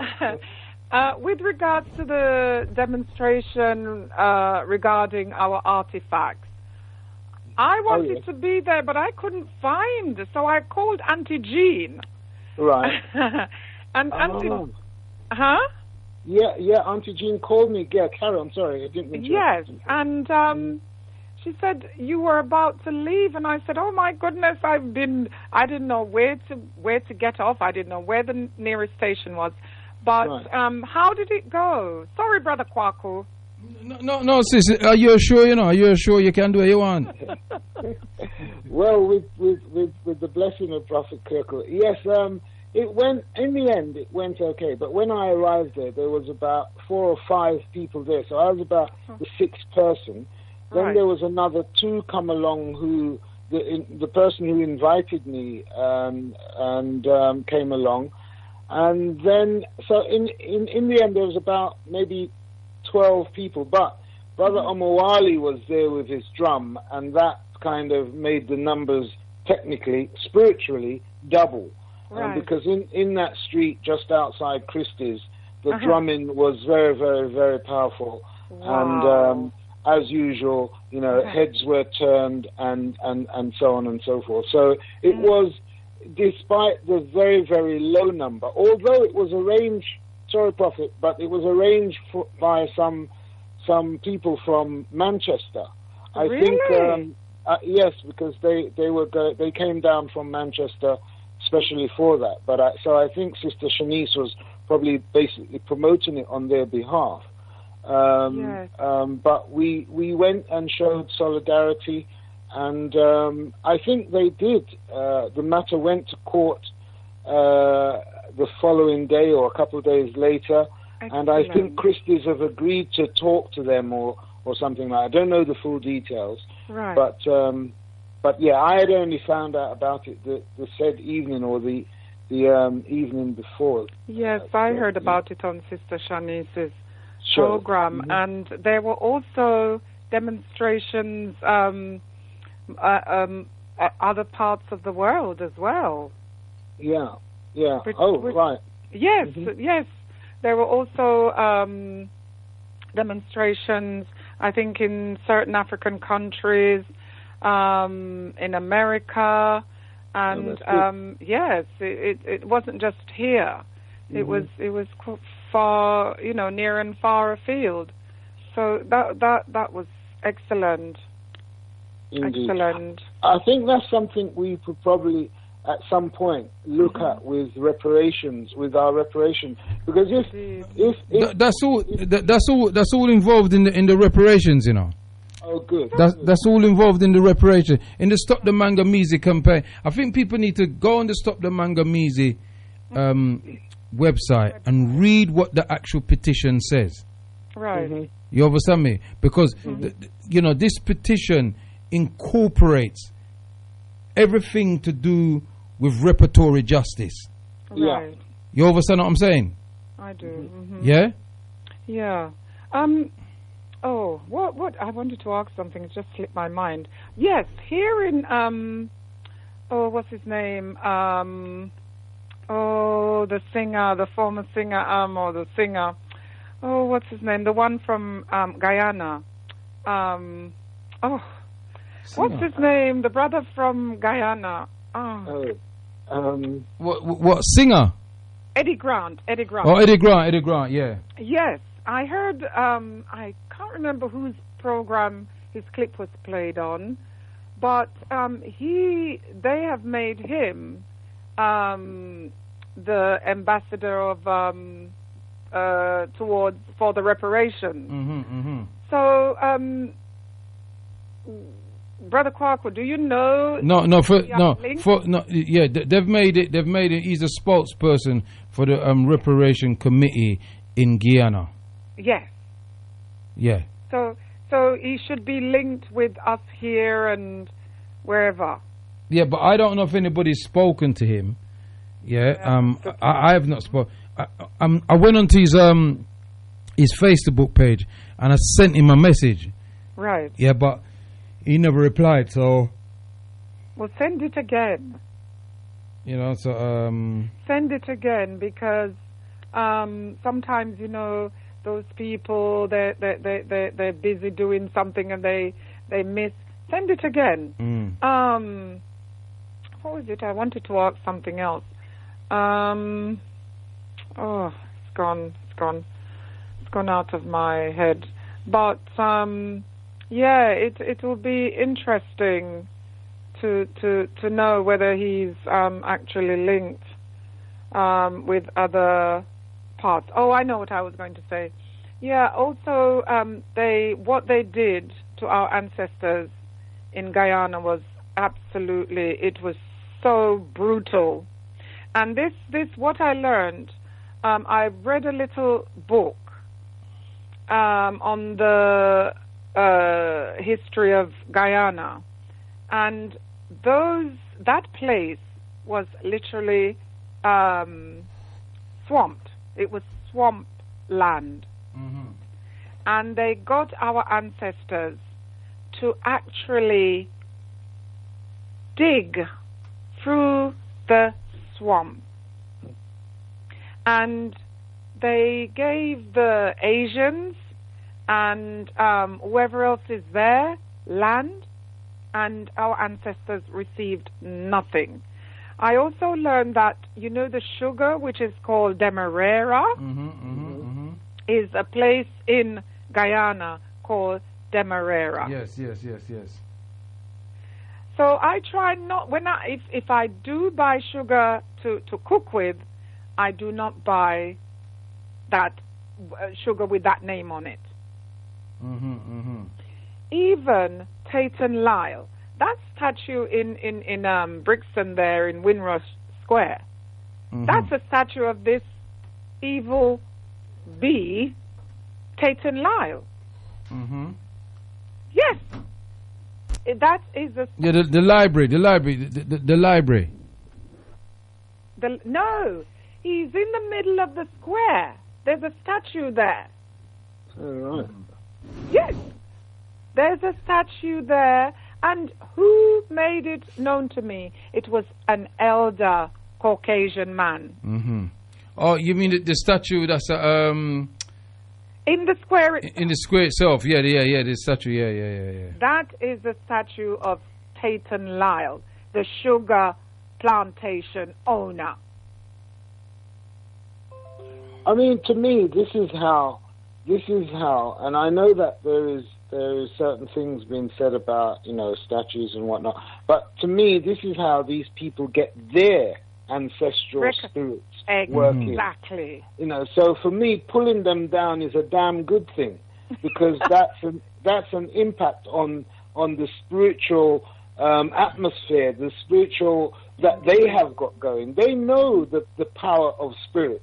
Yeah, hold a minute, Carl. Hold a minute, Carl. Only two talk for a minute because I just have to go the lavatory. All right. Only continue to talk to the people then, so we'll come back. Oh, we've got free reign. Oh, we've got our own show. Indeed. Yeah. So no, with me, I am of the belief that they've got those statues erected there for a reason. When they look how they protect this statue of Winston Churchill. Indeed. Because they want the world to know. They want the world to feel it's the biggest statue of all. Absolutely. In Parliament Square. Mm-hmm. Yeah? And it's the highest of all. Indeed, so indeed. It is positioned in that way for the effect that they want it to have. So absolutely. Absolutely. So for me, and also, Brother Carl, I would also add that since those statues are there and they want them to remain, they should have a written plaque of the evil things that person has done. At the very least, yes. Yes. So that people who visit or who sees that statue can say, why this statue, or should this statue be there? Indeed. Because none of them should be there. That's right. Because they're all celebrating the evil of what they were engaging. I've known Tate and Lyle, but I'm going to confess now, because as you mentioned, I was shocked when this elderly Caucasian came over, and he was educating us of who this statue is. Right. I was shocked, and I thought, isn't that the same name that's on all the sugar? Tate and Lyle. That's right. Yes. That's right. And I'm thinking, look at this. We're buying these things, and these people are benefiting so much. Continue to. Continue. And we don't know, because they kept it in a lie. So did slavery ever end? No. They just removed the chains. Indeed. They just removed the chains. And our minds. And enslaved our minds. Exactly. Indeed. And even more so in the motherland, my brother. Well, absolutely. They had to do that there. They had to do that there because with our direct ancestors, they used chains and whips and guns and knives, all those things to keep us in that bondage. But whatever they used the mind chains on our people on the continent, and they were able to control them without the need for whips and so on and so forth, etc. Well, I was on Sister Shanice's program yesterday. She was highlighting information regarding the gods. And one of the things that came to my mind, I was trying to get through, but I couldn't get through. I just couldn't get through. She mentioned some of the greats, and each time someone would rise up, they would take them out. And, there are so many great women that gets talked to. Very little is known of those women unless you read certain books. I mean, for example, there was, she was mentioned about the Congo, and a very great young warrior, Vita Kimba. Now, you see the ignorance of the Caucasians, because they couldn't say the name. Yeah. They would switch things round. Yeah. And they would take letters out. Mm-hmm. Because the word that we are saying at this present moment, Africa, that's not our word. Because Africa means peace with my soul. Right. As you know, ka is soul. Mm-hmm. So, because they were so ignorant, some of our people, as I've read in books, some of our people, when they first saw the Caucasian man or men, they thought they were looking at an evil spirit. Right, right. Yes, that was stated in a very good book. Oh, what is it called? It was also made into a film. The Book of It's Negroes. quite understandable, though, isn't it? Exactly, exactly. They even describe them how they looked like wet chickens when the sun burnt them. Yeah, they looked like wet chicken. So they weren't received as they tried to say, oh, we didn't defend. We told them about everything. No, even she mentioned about the king. You know, they actually blackmailed the king. And as you know, Whitemeal the king. Huh? Whitemeal the king. Yes. Yeah. Don't whitemeal him. And that's how they got the king to fall for their trickery. It is so sad. And now today in Africa, everywhere you go in Africa, they are so addicted to these Caucasian people. Yeah. They are so addicted. It's going to take a lifetime. Well, you know what? If we succeed in some way with reparations here, then we will have a voice. And I believe it is fundamental. I think I heard someone else say, I don't know if it's Prophet Kwaku, but it has to be begun from here. Because unless or until we undo the doings here, I'm in full agreement with you. Our leaders on the continent is going to be under their puppet control. Indeed, indeed. So we have to, when it comes to reparations, and as it's already been said and agreed, although money is important, that is probably the least of what we are seeking in terms of reparations, because one of the first things I'm sure we want their hands out of Africa. Indeed, out. They need to get out. Precisely, we want what's ours, Africa for Africans, as Marcus Garvey said. We want what's ours to remain ours, and all the pilfering, all the stealing, all the profiteering that's taking place at the moment. We want that to stop. That's the beginning of reparations, in my view. And if I am of the same mindset as you, my brother.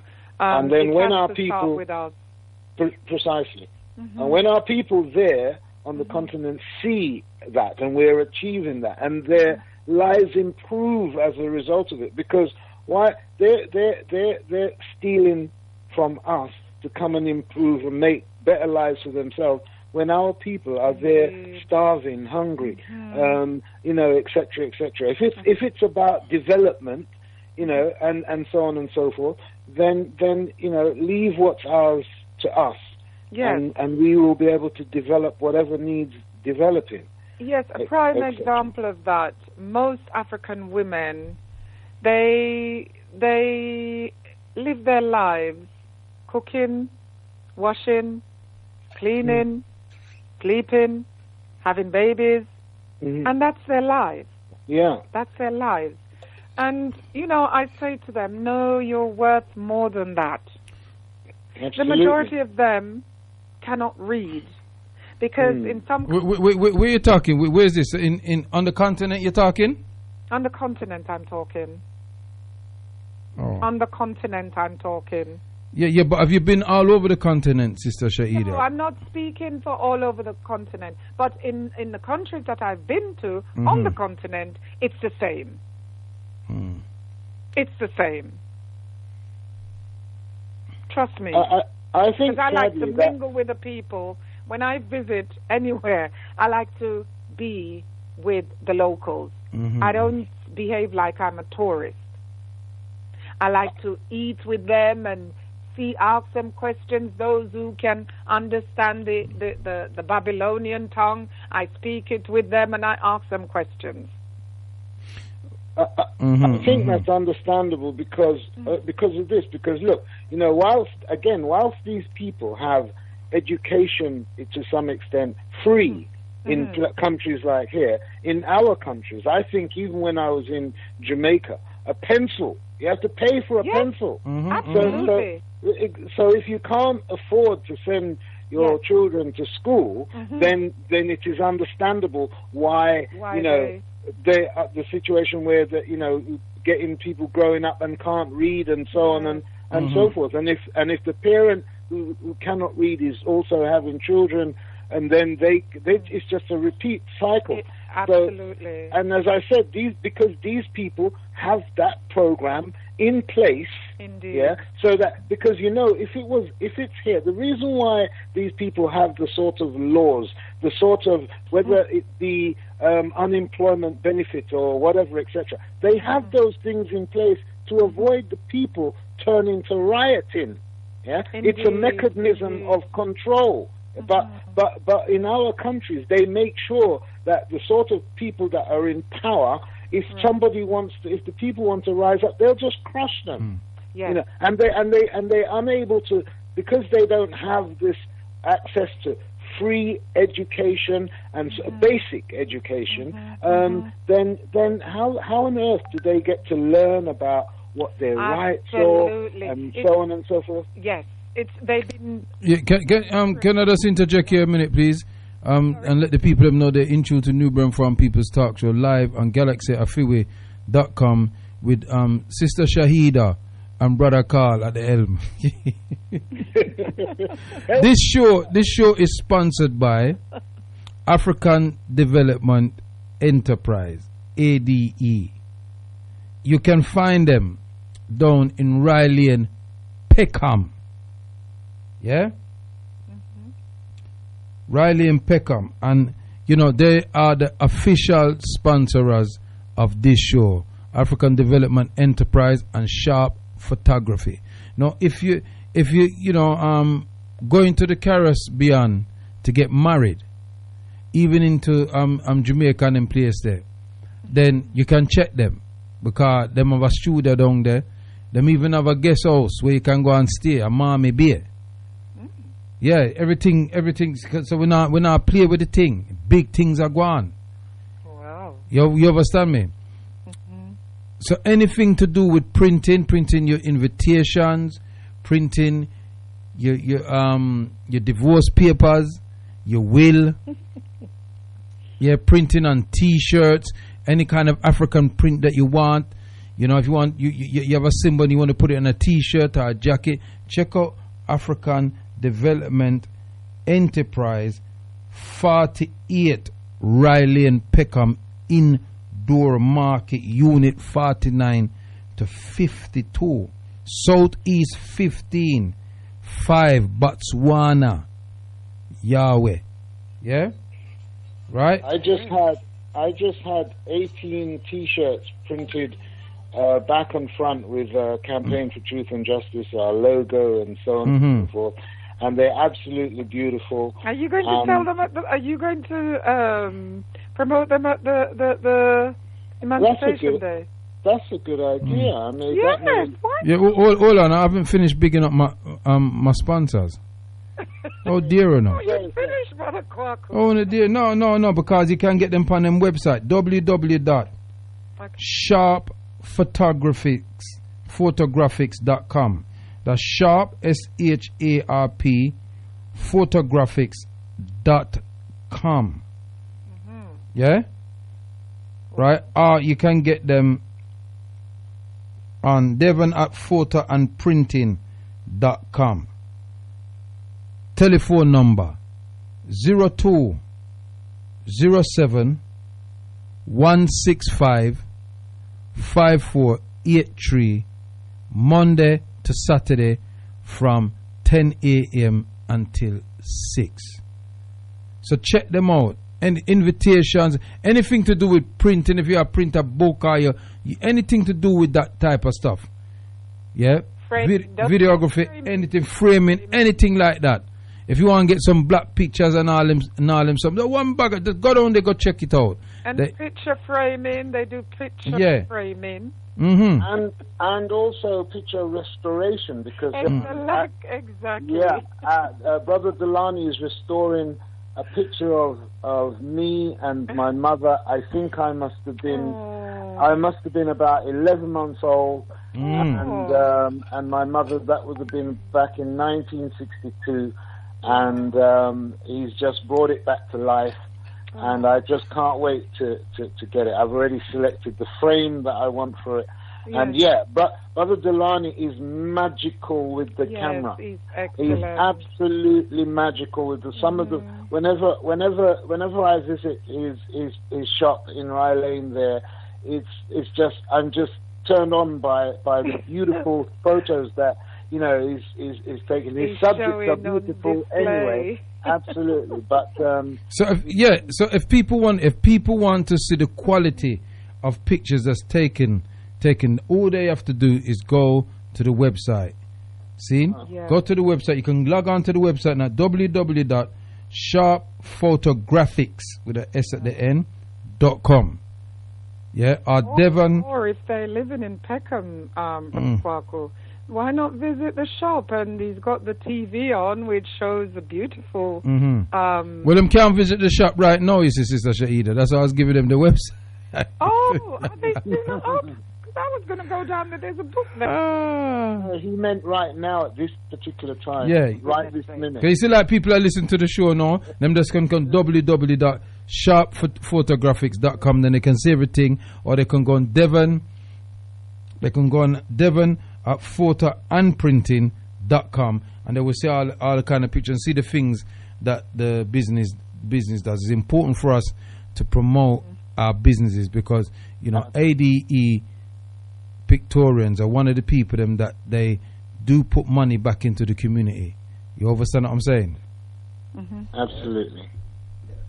And plus them is the official sponsors of this show, so I have to rise them up. Yeah, Eva the line, the world type, big up on yourself, Tika, and the crew. For real. And I have to congratulate you, Brother Carl, on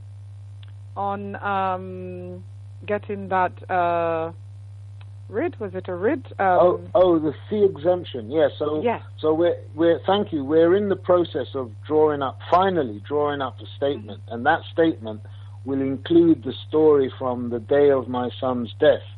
And everything else that has happened since then. Indeed. And as I said, the only thing that some of what was saying, I think it was Empress Anna was saying, some of what's happening right now is happening out of spiritual intervention, because with this COVID thing when I'm going with, it's just. In fact, it was somebody I was representing in court a couple of weeks ago, and when they heard about my background, they said, well, and current situation at the moment, they said, well, why don't you go and apply for a fee exemption? And I'd made use of that before, but I just hadn't thought about it in recent times, because at one point they threatened me in the courts that they might consider putting a civil restraint order on me, and so I've not looked into going in for a fee exemption, applying for one, and so we just decided. She said to me, "Why don't you do it?" And so we decided. We went, applied, we drafted up the basic claim that we were presenting, and went, and within 10 minutes we walked out with £10,000 each, and that has now put us in a position to issue an unlimited, 2 claims for unlimited compensation against the state of the United Kingdom. Well done. So, you know, it's been a long road. Indeed. It's been a long road, Brother Paul. A very long road. But, you know, I say, I accept for the time being. I mean, when nothing happens before the time, especially when you're up against the sort of people whom we are up against. And this is why, even with our reparations march, these people, they are waiting for us with an expectation, with a predicted expectation that we're going to run out of fuel. But we need to show them the opposite. That's right. Show them that we are dogged and we are determined, and we not give up. And we not give up, and we would have never give up. Not give up. You understand? We cannot give up. We cannot at all, at all. Because you know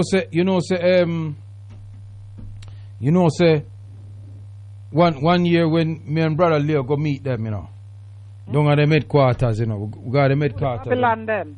Yeah, and we meet them, and them said to us, "Is this gonna be an every year thing?" like, you know, we say, "Yeah, man, every year. Look forward to seeing us." We want a public holiday. We want a holiday. No, but Sister Shaida, this is the point that I'm trying to make. We don't need to want nothing. We just take it.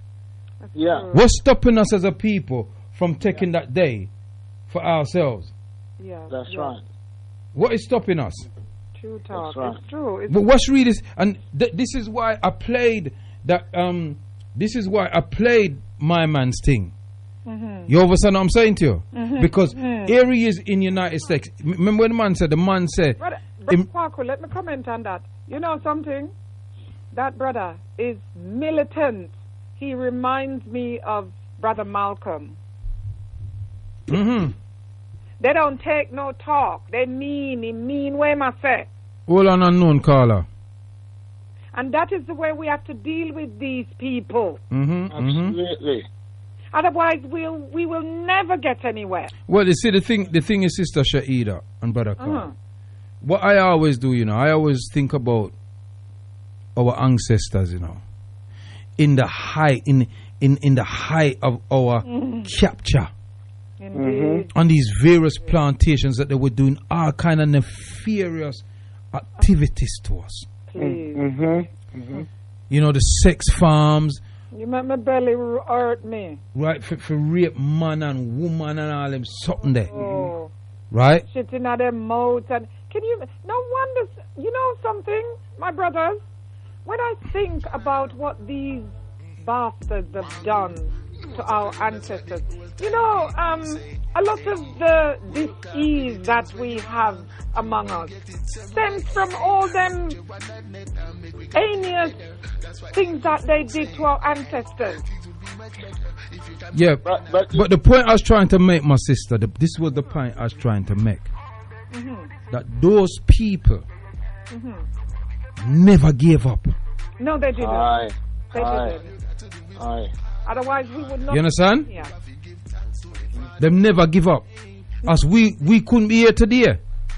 Exactly. Because listen to this. You never give up. All the time so hard and tough. We now give up. Yeah, man, say. We could never give up. Now give up. We haven't got time to give up. Yeah, we now give up. No. And why I play that caption tonight, in the night, is so that all people's doing, you're coming down to a demonstration. You know, your life is not necessarily at risk. You understand me? I wait for my SIA badge, you know, certificate, you know, I do the course, so I wait for my certificate. All right. So make Sister Shaida, you have come down and make yourself available. Of course. Yeah. I heard Brother Delani said on a Monday. Is it this Monday coming? Next Monday? Yeah, it's one of the days. On Monday, maybe Brother Delani can call in and give us some more information upon that. Yeah, I'm going to call him. But we want people with SIA badges. We want people who have first aid. Yeah, me Yeah. that to the Anybody, and we want enough people. Mm. And tell the young people them about it and all them something there. We want to know all down there with we. But Prophet Kwaku, can I just slightly interject? But I don't. I'm not being controversial or anything like that. Because yes, indeed, if we got people with first aid and people available with SIA badges, fine. But remember, we're engaging in a non-compliance day. So if we have people who don't have SIA badges but are prepared to stand as security on our behalf and so on, Yeah, of course. Yeah. they're welcome. You know what I'm saying? Definitely. Yeah, they're And all the motorbike boy them, the motorbike boy them, cause Brother Leo they put out a video of the motorbike boy them. And him, want all the motorbike man them for come down there, all with them the scooter and all the motorbike people them just reach down. That should be. We want to make this a more, we have to really take this day and deal with it properly. Of course. You understand? We can't give up. You understand? That's right. Not at all. That's right. You know what? I had a sister in. Otherwise, the ancestors would beat us up. Of course, and remember. You see, they're laughing at us to some extent because they had those physical things being done to them. We've got it. We've got the psychological same thing being done to us. Yeah, but there's physical violence going on at the same time, though, beloved. Indeed. Let's not negate that. I know. Yeah, there's enough of our people dead in police custody. Enough of us get broke up by police, being abused by police, and things like that. We cannot allow that to slip. No, that's right. No, I'm not discounting any of that at all. But I'm just saying, the majority of it is on our minds. So that we sit back, because then when you imagine what you just described, Sister Shaida, then somebody that was. You can understand how they said, no, mum, I'm not take this, no way. And then we fought. But now, remember, before they removed the chains, they said, look, I've got an idea here that can work for the next 300 years. If we remove the chains, they will and even open up the door and say you're free. They're gonna look outside and say, no, I'm safer where I am, so I'm not going nowhere. And that's what we're doing. You know what I'm saying? That's what we're doing. Otherwise, we're supposed to we're supposed to be out there in our thousands. Indeed. On that day, and just and give them something. In our prayers, nobody, but that is why the difference with what happened with Black Lives Matter is because of the thousands of people. Yeah, but hold on, no, brother Carl, hold on, stop there. Yeah, and I'm gonna bring the unknown caller in a minute. Okay. But brother Carl. Remember, them have an entire machinery behind them. You understand me I say? From 2014, we do this demonstration, thousands of us marched over those 6 years, but they have not given us no coverage. They have not invited us into the institutions for us to speak about why we're doing it, because they don't want that story to be heard about reparations. You understand what I say? But Black Lives Matter, them have an entire industry behind them. Lives matter, no Black lives. African lives matter. Yeah, no, listen to what I'm saying, Sister Shaida. I'm talking about the organization. What Carl was saying, what them have, and I'm trying to stipulate to our brother that what the advantage they have an entire machinery behind them. Them have a whole heap of money behind them. They have them have certain people. All the television stations across the world. That's true. Yeah.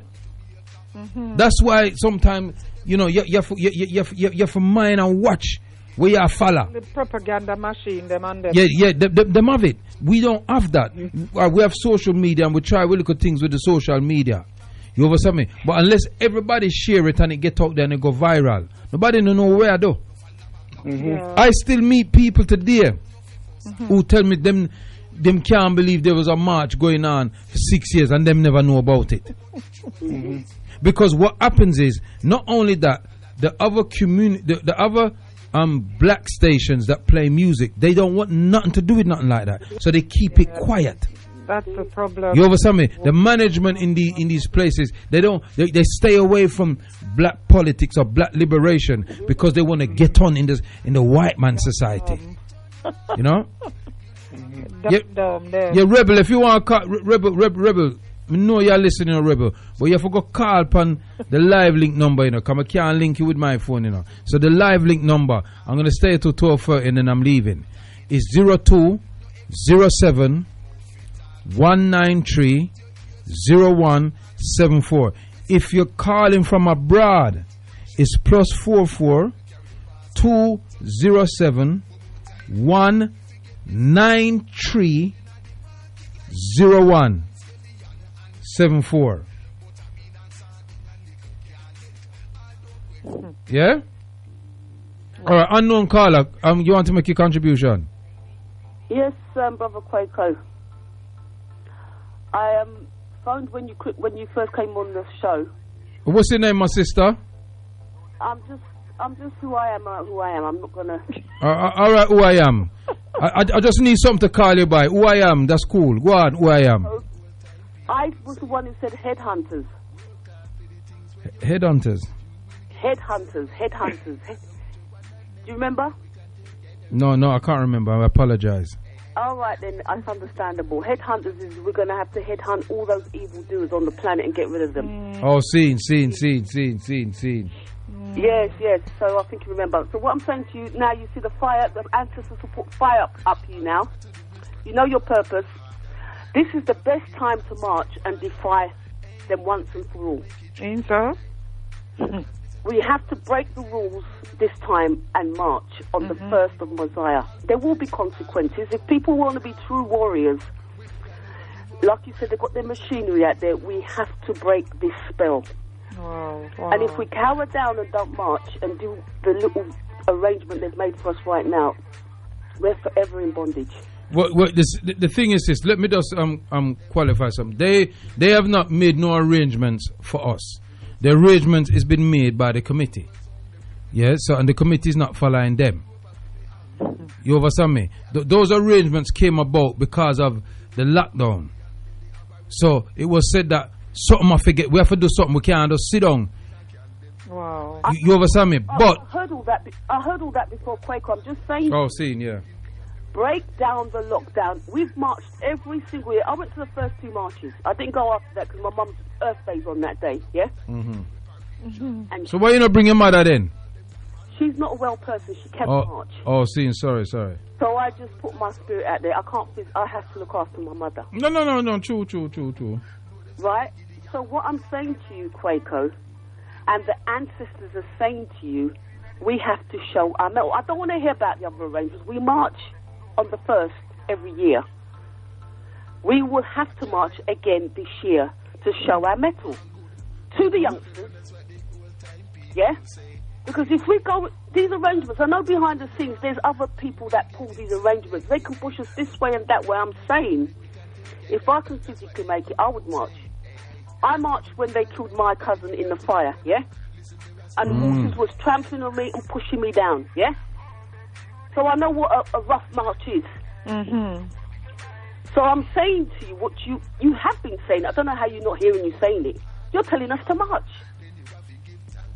Kwaku, you're telling us to march. Mm-hmm. No, with me a march, you know. Even if I me wanna march, you know, me a march. No, me march with you. Me march with you too. If I me wanna march on the 1st, me a march. If I me wanna go do that 3-minute silence pon the bridge, I me one. Kwaku, what will happen? People are going to follow you, and the children are so important. Will start following. You know, this COVID was created by the ancestors. Nobody is really at work. The children are now not at school. They can now pay attention to the right thing they need to. No, I wouldn't say that the COVID was created by our ancestors. No, sis, I would disagree with that because they say. Listen to me. I'm saying what's happened has happened by design, not by the people who think they're running the show.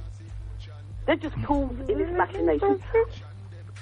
Well, I beg to differ with that because you see, my sister, when you studied, Can I finish speaking while I'm saying it? Let me finish speaking. I'll come back. You can come and say. Yeah, go on.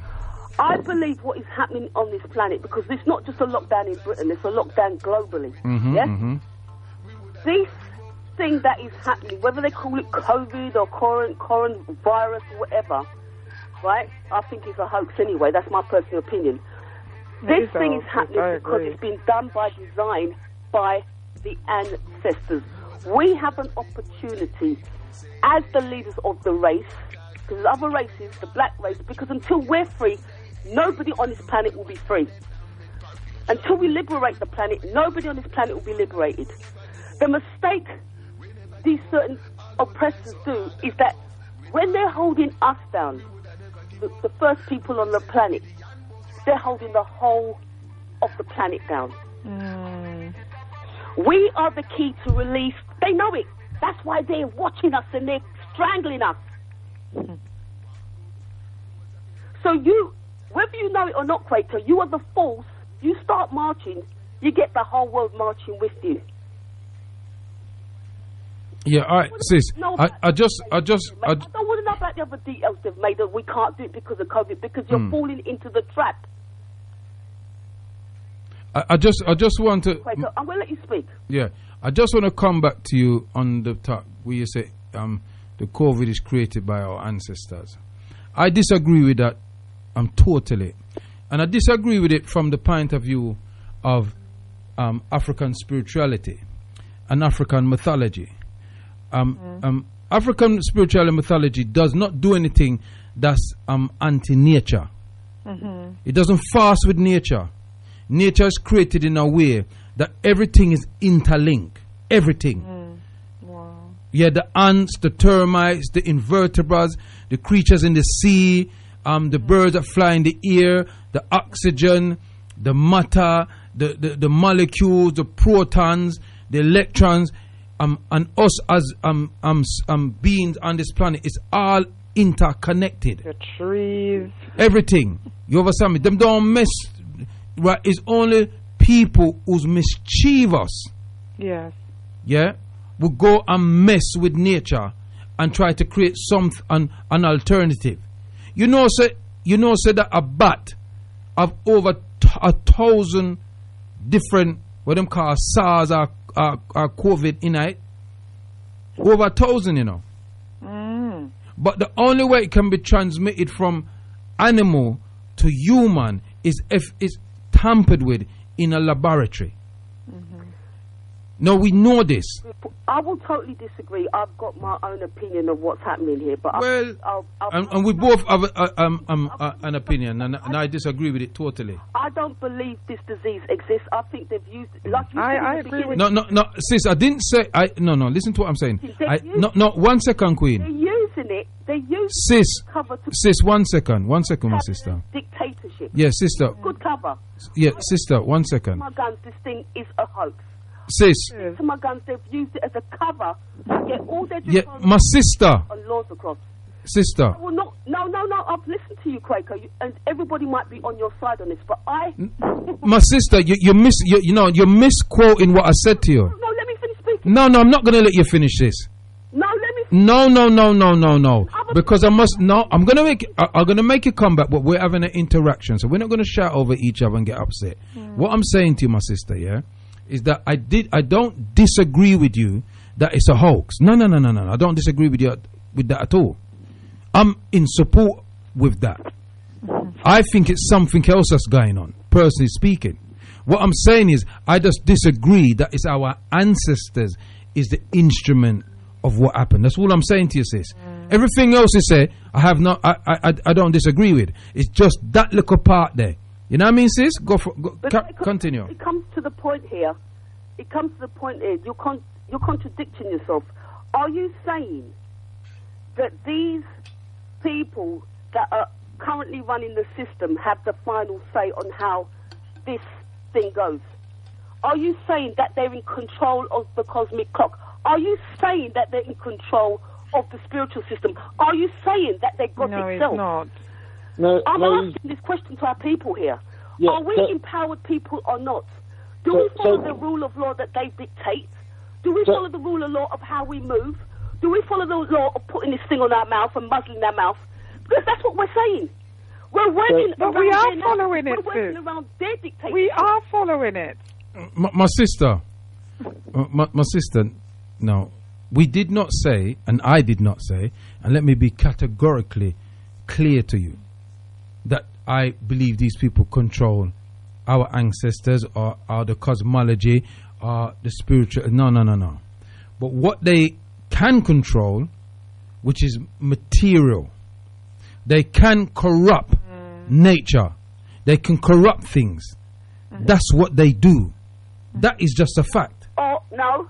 Yeah. Or, 1 second, let me land and I'll let you come back, yeah? no. Or do we allow them to do that? Do we give them... Do we... My sister, with due respect, Allowing them. I'm just saying, as empowered people... my sister, with due respect, Take back control of our... yeah, my sister, And stop saying, because we're manifesting this, stop saying they've got the money, they've got the weapons, they've got this. We are manifesting it ourselves. This is a lesson for us as human beings to start taking back our power. If we don't keep on saying it's the same, nobody disagrees with what you just said there, you know. we're going to be forever in this... No, but sis, nobody disagrees with what you just said there. Nobody disagrees with you. What I disagree with you is that you're saying that is our ancestors created this so-called COVID-19 or whatever it is they did. I agree with you that it's all a smoke screen. I mentioned at the top of the show about things that they have been doing under the cloak and dagger of COVID. They put in these boxes and say COVID-19, keep your distance and all that kind of nonsense. So nobody don't disagree with you on that, my sister. No, not at all. What I disagree with is that it's our ancestors them that created this confusion or whatever it is that these people are doing. Because in traditional African spirituality and cosmology, that the ancestors, nature, the Netchers, the Rishas, they don't do that. It's got to be balanced. If anything, if I can. I'm still going to disagree. I'm not going to explain why. I'm not going to explain any further because of timing, but I still disagree, and I'm going to stick to my guns, Brother Quaid. Okay, no problem, sis. Give thanks, yeah? I'm going to stick to my guns. Yeah, no problem, give thanks. What I was going to say is, I'm talking to other people that are listening to the show. Each and every one of us have an empowerment. Use it. Think about it. Yeah, but nobody don't disagree with that, sis. No, let me finish speaking, Kwaku. You said your bit. I'm talking to the other brothers. No, sis, with due respect. Now, listen to what I'm saying. Hold on a minute, sis. There's other people on the line. Empowered. There's other people on the line, my sister. Use it. We're going No. And we're forever going to be in these mental chains. I'm going to leave it at that, Kwaku. I'm Okay. going to disagree with you, but thanks for giving me time to talk and rise up to Galaxy. Okay? Okay, all right. Bye. Otep. Yeah. No, Brother Prophet, may I say something? Yeah, go on. I think I recognize who that was, and whenever someone doesn't want to say their name, I'm sorry, but for whatever reason, maybe they just don't believe in exactly what they're saying themselves, because the reality is that we're not up against we are up against spiritual forces, but we're also up against a physical force. And that is the reality of what these people have, because when they say you can't do this, or when they say you must not be out of your home unless you have these reason, etc., none of it wasn't out there when we weren't supposed to be out there, because we know that they can just either come and lock us up, and they put in all kind of rules in place, and so. But in fairness to what the sister was saying, yes, if we all came together, and that would require white people, not just black people, it would require the whole nation to come. But what these people have done, they've gone out there with their pandemic, and they have put fear in the people's minds, so that even if we decided on our own that we're going to go out there and we potentially could have those people who as our enemy, those who are scared of the thing, that frightened of catching COVID or whatever, turn around and say, look at all them idiots, and they should die. And this. Well, brother Carl, you know, when I listen to the other radio stations in the daytime, these talk stations, and I hear some of the callers that call up, they really, you know, I said it last week, brother, and I'm going to say it again this week. I'm going to ask you both a question. I know the question. Yeah. It's the best question that it's the one question. My brother, forgive me for interrupting you. It is such a potent question. I think I posted it on Facebook. It is such a potent question, and it's going to be about water. Go on, post it. The thing is, can you wash your hands for 28 seconds and wash away gonorrhea? Right? No. Right. Can you wash your hands for 28 seconds and wash away syphilis? No. Can you wash your hands for 28 seconds and wash away HIV? No. Can you wash your hand from 28 seconds and wash away AIDS? No. Can you wash your hand for 28 seconds and wash away herpes? No. Can you wash your hand for 28 seconds and wash away Ebola? No. Right. But you can wash your hand for 28 seconds and wash away COVID-19, supposedly. How ridiculous is Yeah? Yet none of those other things had the planet on lockdown. Indeed. Now, if you remember rightly, yeah? I don't know if you remember, I'm sure presenters on this station mentioned it, but when I was on the rock, I said to people, this thing is airborne. Yeah. This was when I says airborne. How it move around so quick? Yeah. Now, they were saying it wasn't airborne. Now all of a sudden this week in the news, they're saying research so that it's airborne. You see what I'm saying? Yeah. Now I'm not no scientist. That goes to show that it's all bogus. It's all about hold on, brother Kwame, hold on a second. I've got some text here to read it. So let me just read out some of the text them, and then right. Otep Prophet Kwaku. I was thinking a selected few may march still, plus you could stagnate the march to maybe 100 also, so you could have a number of safety if it is possible. Yeah.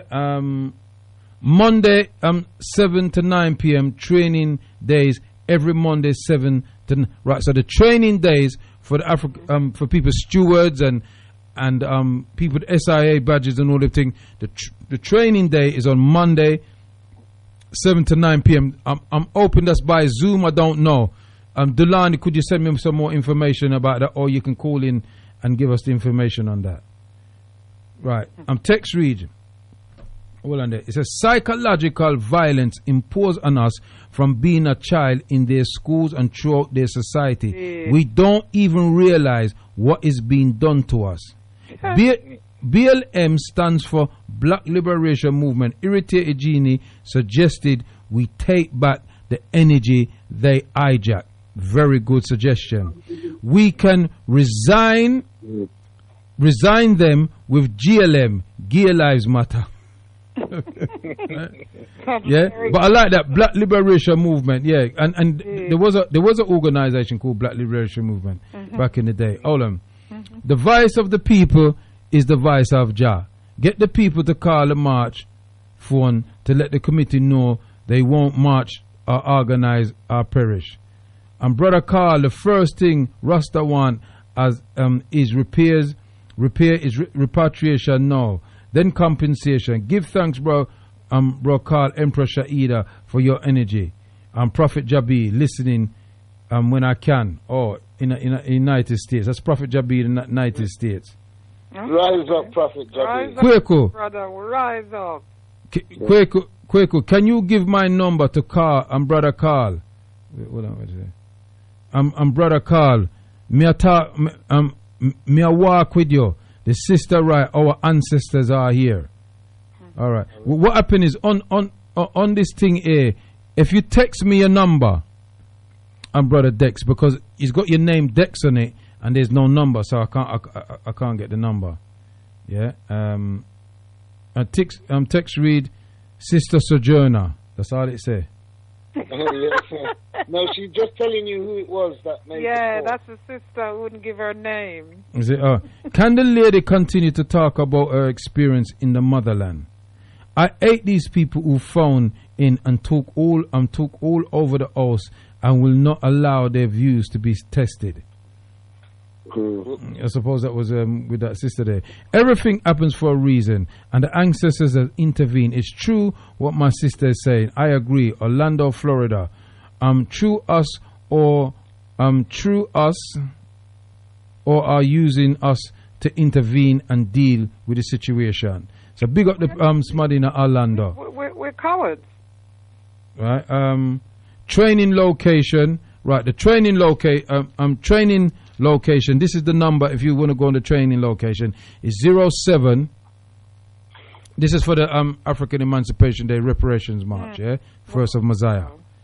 The number is 07 922 03 5446. I repeat, 07 922 03 5446. Yeah, go on, brother Kwame. How are you? Is who that Ayan? It's not me. How that Ayan? Carl. Hello? No, it wasn't me. All right. Other caller. Is you a yarn? No. Smarty a yarn, you know. I'm on a yarning business here, you know. Come there with you know, and I deal with the thing and Smarty a yarn. I'm yarn business. Anyway, go on through caller. Go on, your time. Just quickly, you know, COVID-19 was created in 2018 or even before. Identical damage, indirect damage, covert operation. You know, brothers, exposing was on the devils. My brother, raise your voice. Can you hear me? Yeah. I think you have to speak up a little louder, my brother. Big up, sister. You hear me? Okay, yeah, I can hear you. I agree with Brother Carl with the fear that they imply indirectly and directly causes to weaken the immune system and damage us and affect our spirituality in a negative way. And respect damages our physical and our immune system, and it causes effect to our spirituality. Can you hear me? Yeah, I can hear you, King. I can hear you, yeah. Otep? Sister Shaidi, you still there? I am still here, my brother. Brother Carl, you still there? I'm still here, my brother. Right. That brother Kwame, are you still there? I'm still here, yeah. Kwame, go on and go on through Kwame. Sorry, go on. Go on, Kwame. Have a shot. No, I mean, there's a couple of things here. Obviously, we know that this thing is a biological chemical warfare weapon. Indeed. That was made a long time ago, and is a concoction of SARS and sarin and nerve gases that they put together to form this so-called COVID-19. Which is not really, which doesn't really kill. It just has that, and like they've bamboozled everybody to wear this stupid mask and that kind of thing. Indeed. Where symptoms are just like flu-like symptoms. So how can you die, like you said? If they're saying to wash your hands for 20 seconds, right, and you'll go, and they're all saying as well, like it's flu-like symptoms, then how can you die of flu-like symptoms? So this shows you that this thing it's a scam. And particularly, that's what they're doing on the African continent. They've scammed people to the extent that people are now wearing these stupid face masks. People are practicing so-called social distancing, and that don't work in Africa. Social distancing does not work in Africa, particularly if you go to a market. They work, right? So it just shows the whole thing is a con plan. And to tell you the reason for this, why, is I've got minutes from Davos, why? This is where this whole thing was concocted. September last, that was right. This is where this whole thing was concocted. One member of the royal family in this country said that they wanted to create an economic shock, right? And this thing was put in there to create an economic shock. A shock. Why? Because they knew that already, with Brexit coming on the horizon, right, that will destroy the economies of Europe. And even the economies of Europe were down anyway. Look at Greece, look at Portugal, look at Italy, look at Spain. They're virtually bankrupt. France is technically bankrupt, right? Germany is heading for a recession. Britain now is in a recession, right? It was only America that was basically carrying the so-called fort because of what Obama had left them. Obama had left them a growing economy, a growing stock market, right? And Trump is taking all the credit for it. No, that is Obama's legacy. Obama was the one that injected the economy in the US to what he inherited. So basically, they had to create a shock. And in addition to that, the powers that be, they knew that the African Continental Free Trade Agreement was going to take place on July the 1st, which means that for the first time in more than 400 years, the whole continent will be doing business together as before, right? So this was an opportunity to derail that and also to reset the economy. And we've seen now, right, with how this false flag called COVID-19 has, destabilized a lot of economies, particularly on the continent, but also in Europe as well, whereby people have lost their jobs, their houses, their businesses, etc. So it's been a massive grand fraud, grand plan from last year that they deliberately, the powers that be, the elite, deliberately designed to have this happen. And for us to wear face masks. Now, in terms of this thing that you're talking about, I think that in Britain this thing is long called for, right? This military attaché of the black community, we need it, right? Because think about it now. Just think about it. If we had 1,000 black men walking down certain communities, armed black men walking down certain communities in this country, right? Don't you think people would take notice? Of course they'll take notice, because it'd be legal. Yeah, but it's legal. You can own an arm in this country, right? You can own a firearm in this country. It's not illegal not to own a firearm in this country, right? And you can buy a firearm to protect yourself. That's legal. Where? Here, you can't. Here, only farmers. Once upon a time, they had the right to bear arms in this country. I think that was probably back in the 1800s, but then they got rid of that, and only farmers can have. No, that's not, Carl. That's not necessarily true, No, because in Nottingham, right? In Nottingham. 1 second, Kwame. Yeah. Please. Sorry to cut you, my brothers.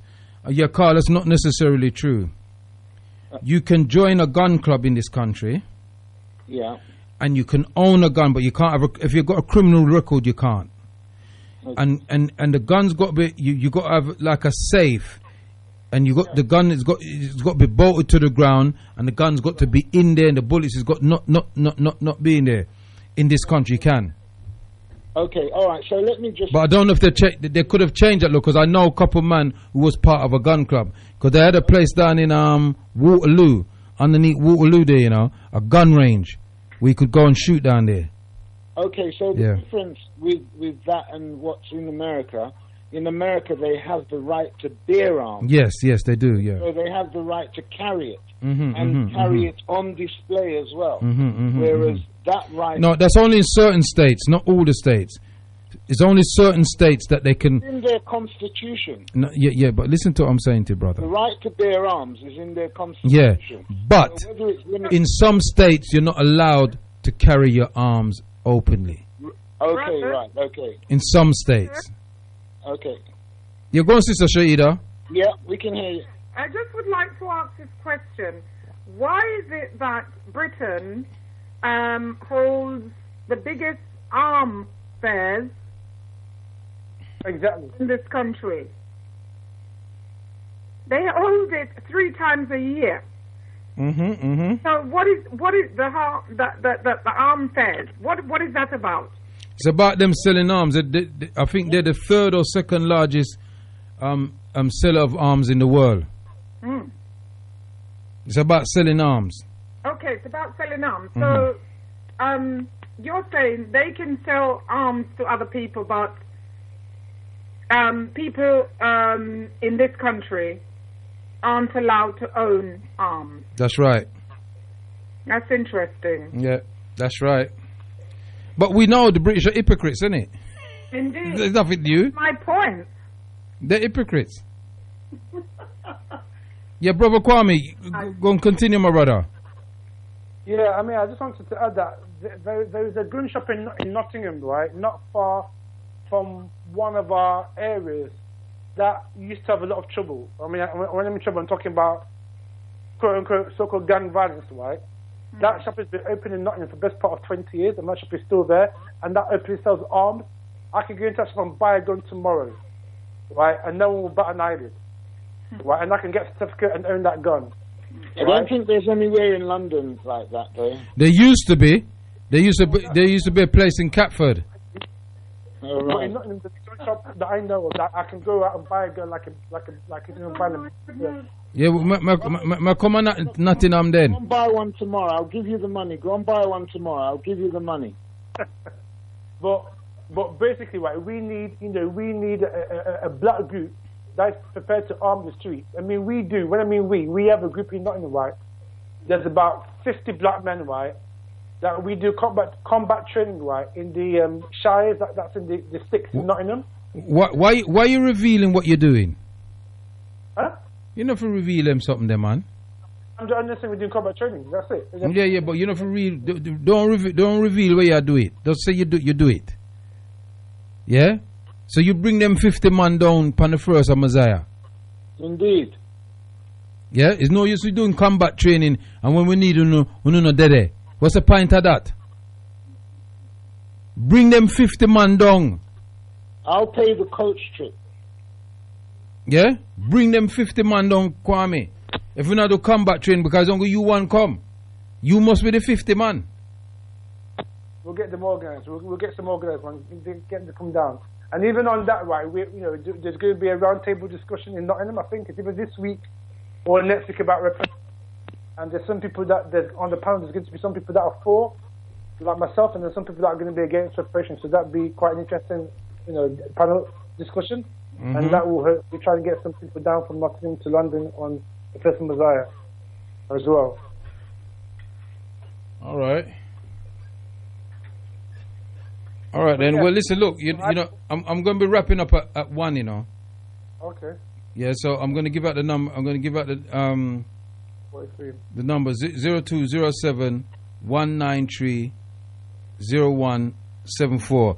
The text is and your WhatsApp is 07377 920703. And as we was having a discussion, something that you can wash away for 28 seconds with soap and water as the entire planet on lockdown. Brother Prophet Kwaku, can I just say, in relation to what I believe it's Sister Join the Truth earlier on was saying about ancestors, I believe my take is that our ancestors has interrupted their plans and what on that I would agree. Indeed, because on that I would agree.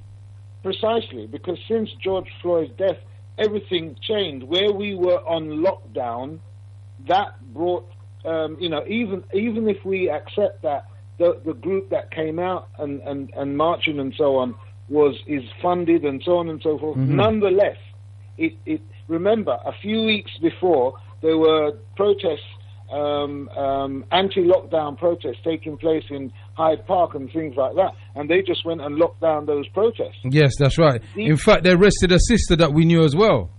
Exactly. Mm-hmm. So when the numbers went out, and this is why numbers. That was you know what, Brother Carl. Mm-hmm. That is a very interesting point you made there. You know.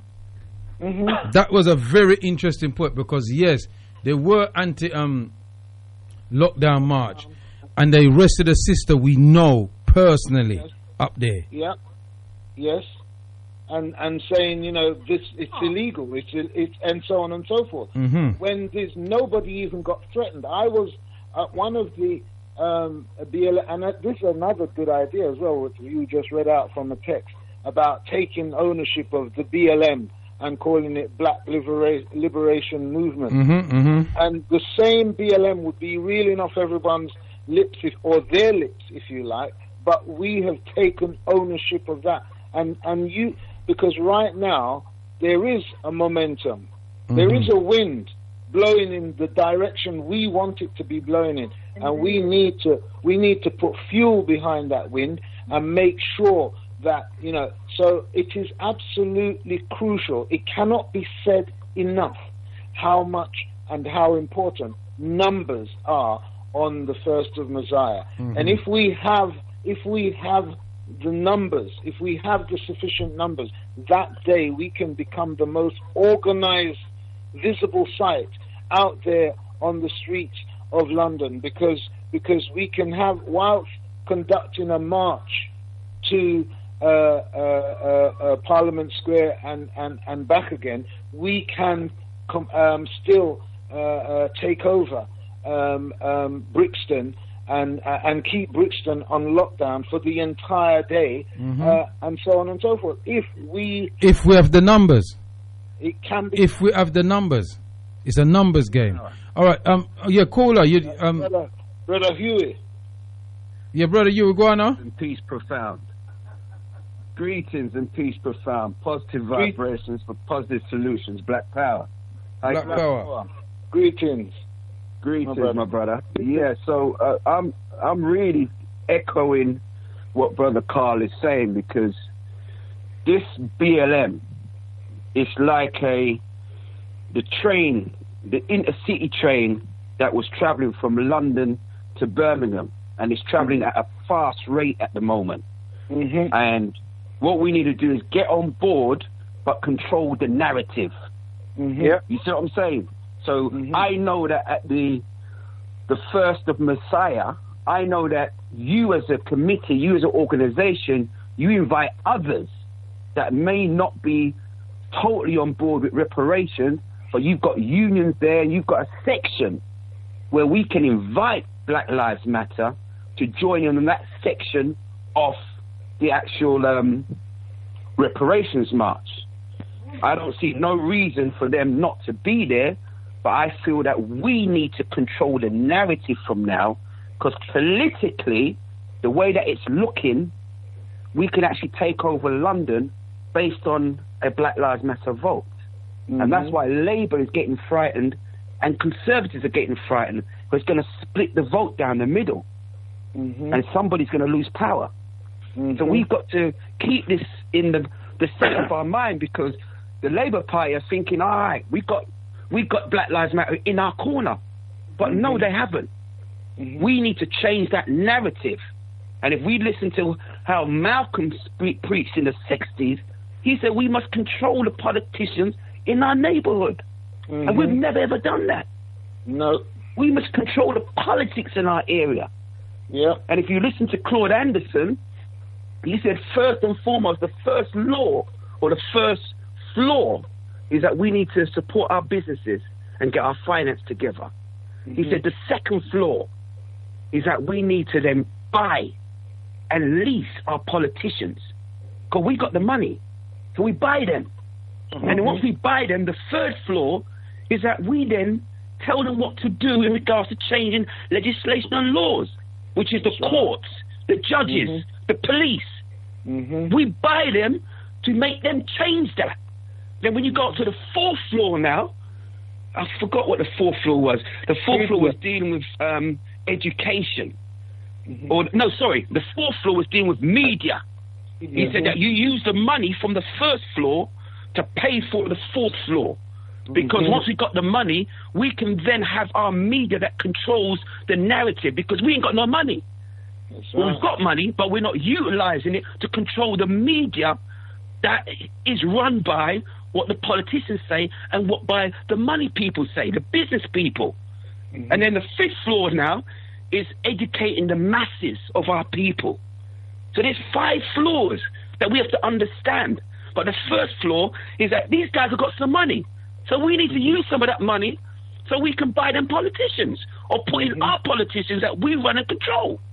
Simple. So the thing about it is that it's not rocket science. We've right now got the ears of the people. I've never seen so much white people apologizing all my life. You know what I mean? I've been on this struggle for many years. This is the first time I've seen the chips falling where they may. Quaker, can you back me up on that? Back you up? What? So much white people apologizing? Yeah, and corporations and people bowing down and people taking knees. We've never seen it happen before. It's all an act. But we've never seen it happen before. Even though it's an act, we've never ever seen it happen before.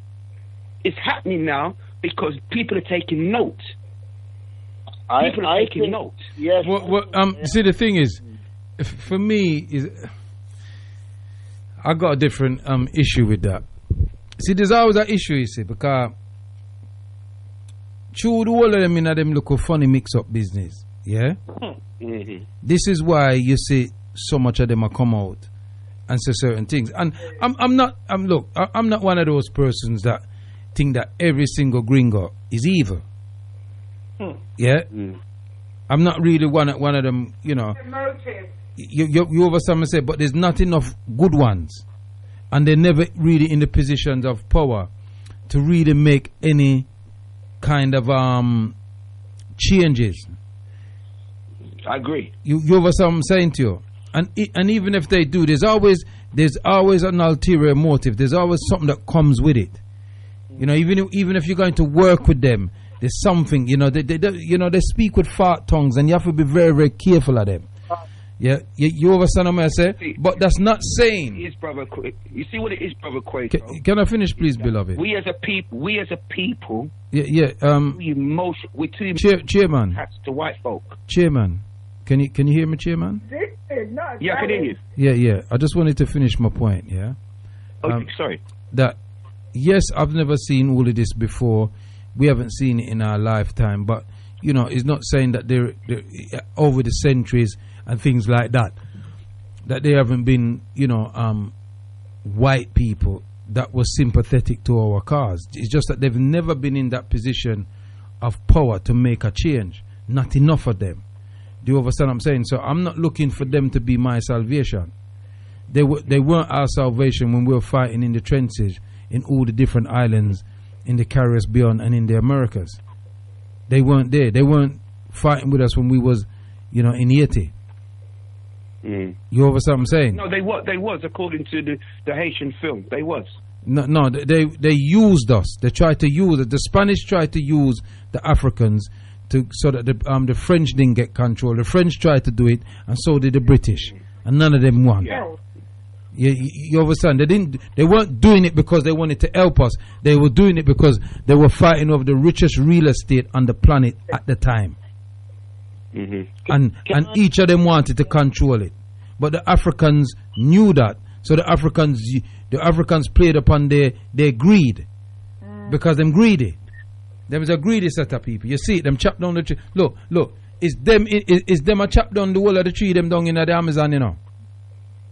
Are them a chop down the whole of the tree? Them, you know. You see the difference between us and them, Kwaku. Yeah, the difference between us and them. They're not emotionally attached. We're emotionally attached.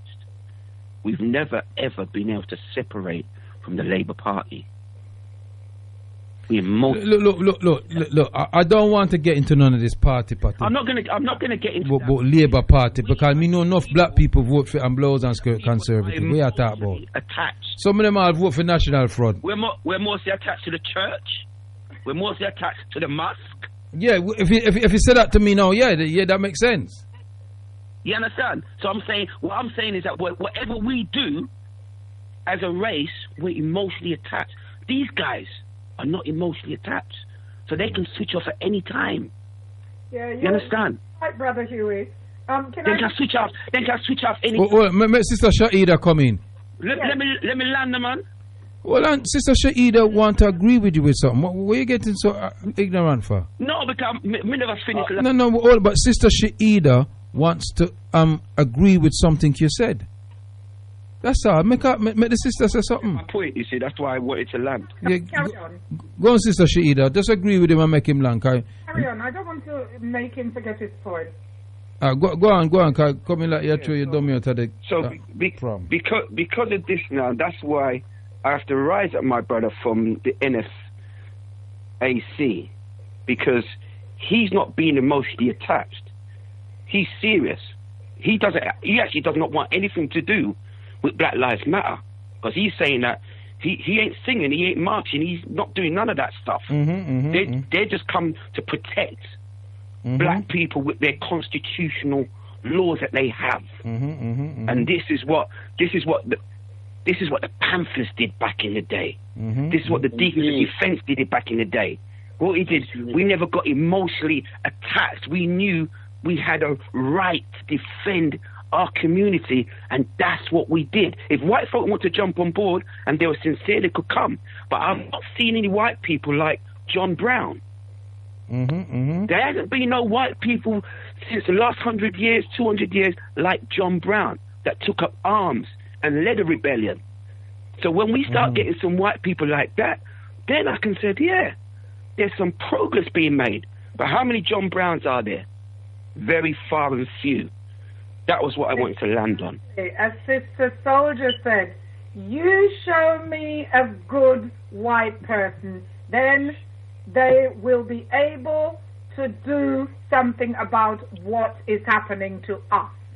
Can I interject? May I interject? Yeah, go on. I want everybody to land in. I'm finishing at 1 o'clock. Okay, so I'm for my landing piece, I'm going to say this, and in support of Brother Huey as well, because, there is that saying, until those who are unaffected by injustice become as outraged as those who are, nothing will change. So the reality is, I'm not going to tell white people who's ready to stand with me in our support, in our fight for liberation or reparation, that they can't stand or that they can't come, etc., etc. So, in respect to what Brother Hugh was saying, yes, I have been out there myself, and I have seen white people carrying placards saying, "White silence is violence." White silence is violent, and or placards saying, "Oh, because you got a black friend, don't mean you're not a racist," etc., etc. So again, just to reiterate what Brother Huey has said, that it's up to us if we choose to get on the train, then it's up to us to take control of the narrative, so to speak, the message that we want to. At the moment, there is no question that these people's ears are pricked up to the extent that even Archbishop had talked about what color Jesus is supposed to be and this and that, etc., etc., etc. If we don't take advantage of this momentum to tell them, say yes, because right now white people are called out for reparation for black people for 400 years of slavery. Where them there? Huh? Where them there? I think they've been out there. They've been out there. London. Yeah, the Bank of England. The Bank of England. The Greens. Yeah, they're all saying it. University of Scotland. There you go. They're all saying it. Yeah, but Elizabeth now say it. Exactly. Elizabeth now say it, and if Elizabeth now say it, no, where them say mean nothing. Elizabeth have to say it, Elizabeth. But mine Elizabeth's grandson I cause some problem for them out there now. You see it. So my girl have mother some manners. Right, so we can't sit down and wait till Liz say it, right? We have to force it. But that's exactly my point, Brother Carl. My point is we have to do it. No, we have to make them. This is what I'm trying to say. No, but the same thing me I say. Our ancestors never lay down. Them say we have to be free, or there's some white people them don't like us being slavery, but them never give them life apart from John Brown. Exactly. Yeah. if there was more, if there was a few thousand John Brown, maybe that done long time ago. Yeah. But listen. But there wasn't. You understand what I say? And that is my point. My point is we gotta get our SH1T together, organize ourselves to deal with the case. And the fact that Jane Elliott said in one of her experiments, she asked all the Caucasians that were in the room if they all understood what was happening to black people, would they like it to be done to them? And they all said no. No. That proves their point that they all know what's happening. They don't want to do anything about it. That's right. But the thing about it is that you see what's happening now. The same people that this government is inviting to come to this country, approximately 3 million residents from Hong Kong. Yeah. What do you think is going to happen when the Hong Kong citizens come here and see what we're fighting for, they were fighting for in Hong Kong? You don't think they're going to go China and we? Really? So, yeah, idiot. What do you think was happening in Hong Kong? I know. Giant widow. No, yeah, idiot, man. You see them people don't like them madness here, sir. I said they have been. All right, listen, everybody just land. Everybody just land now because I want to go my yard. All I was trying to say to you is that these people have a spirit of organization in Hong Kong. They were organizing and fighting against the Chinese. Listen, I don't want to hear nothing about the Hong Kong people, right? Them have more television than we. Me want to talk about African people. Talk to me about some African. Tell me about what going on in Hong Kong. I'm not busy what going down there. That's for them business. But Kwaku, they're all coming here. I come here. Giving them citizenship rights to come and learn here. They're going to be coming here anyway, whether you like it or not. Hold on a second. I'll ask you a question. Where the president of China name? Oh, what's his name? Jinping. Yeah, that if Jinping let them go, that if he met them go. But didn't they tell? You never hear the foreign secretary for China say Britain for shut up its mouth and keep it nose out of Chinese business. So them can run up their mouth, but them and let people come here. That if Jinping let them go, when them jump, hold on. They may jump on a plane fee, say, them a come to Britain and end up at Beijing. So you stay there. Well, you know what? Knowing how these people work their politics, Prophet Kirk is probably right. They had to say, they had to say that, Brother Huey, to make the Hong Kong people believe so them dip on them side. But them know said them can't take 3 million people come in the country, right? But Carl, there would be riots. Carl, worse than that, Carl. Them have to do that to make them believe so them still have some talk. Them don't have no talk to the Chinese man. Exactly. And the Chinese will not forget what they did to them. No. At all. Remember saying it was the United States, it was Norway, Italy, Spain, Britain, France, Russia, Japan. The whole of them did down in China, in the Boxer War, Trying to sell them, trying to turn the Chinese into heroin addicts. So don't feast the Chinese them forget all of that, So when them look at Uncle Tom Chinese them, you never hear what Malcolm X say? Mao Zedong. Yeah, no, what Malcolm X said it. He said the first thing Mao Zedong did, right? Him kill all the Uncle Tom Chinese them. Yeah. Him kill all the Uncle Tom Chinese them. They just get rid of them. You cannot afford to let them traitors leave Hong Kong because they will betray you to the British government. So they will wipe them out. And 3 million people is no, but nothing to China, man. It's 1.3 billion of them. It's the state that it's in because we have a lot of those Uncle Toms leading the countries in Africa. Yeah, enough for them. No. Right, and the bank full of them money. Anyway, listen, everybody, just land so we can close up the show, please. Yeah, it's been a great interaction with you brothers. Yeah, Indeed. and I look forward to doing it again. Peace out. Otep. Yes. Okay. Yes. Otep, Sister Shahida. It was a beautiful, unplanned show. And thank you for being with me all night, Carl. Yeah, man, no problem at all. Anytime. And with Sister Shahida and Brother Huey who came in and joined us, Brother Kwame, Brother Ade, etc. All Brother Connect, I think. Everybody who called in and contributed. Sojourner Truth. And Sojourner Truth, indeed. Yes, Sojourner Truth. Yeah. Big up our call, too. Yes. That was not intentional that I didn't call her. So yeah, and all the texters and the WhatsAppers. People still are calling, huh? Yeah, okay. Well, Right, who's up on the line? Hey, all right, you done? Hey! Oh, God. Look, I can't go home still, so I'm bringing a little late. How old is? Dr. X. Who? Shahida. Listen, I can't hear the person because Sister Shahida, you did a chat. Well, I know. Them say. Who I talk now?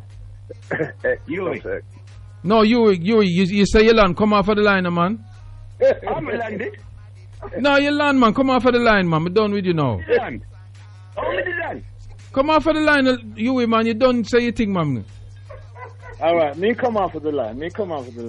Carl, all right, look more, Carl. All right, yeah, respect. Give thanks, my brother, yeah? Yes. Yeah, me send you a man number for Carla, man. All right, who's the Carl who just joined? Dr. X. Oh, Doctor, go on. Well, Dr. X can talk. Go on, Doctor. You come in like you don't want me go me yard. Sorry. Maybe I said that about. Yeah, go on, Doctor. Because I just had to come in because I was listening to what he's saying about, China and Rare, and I think it starts to go off key when you start to bring in all these other different nations and stuff like that. You know what I'm saying? That's right.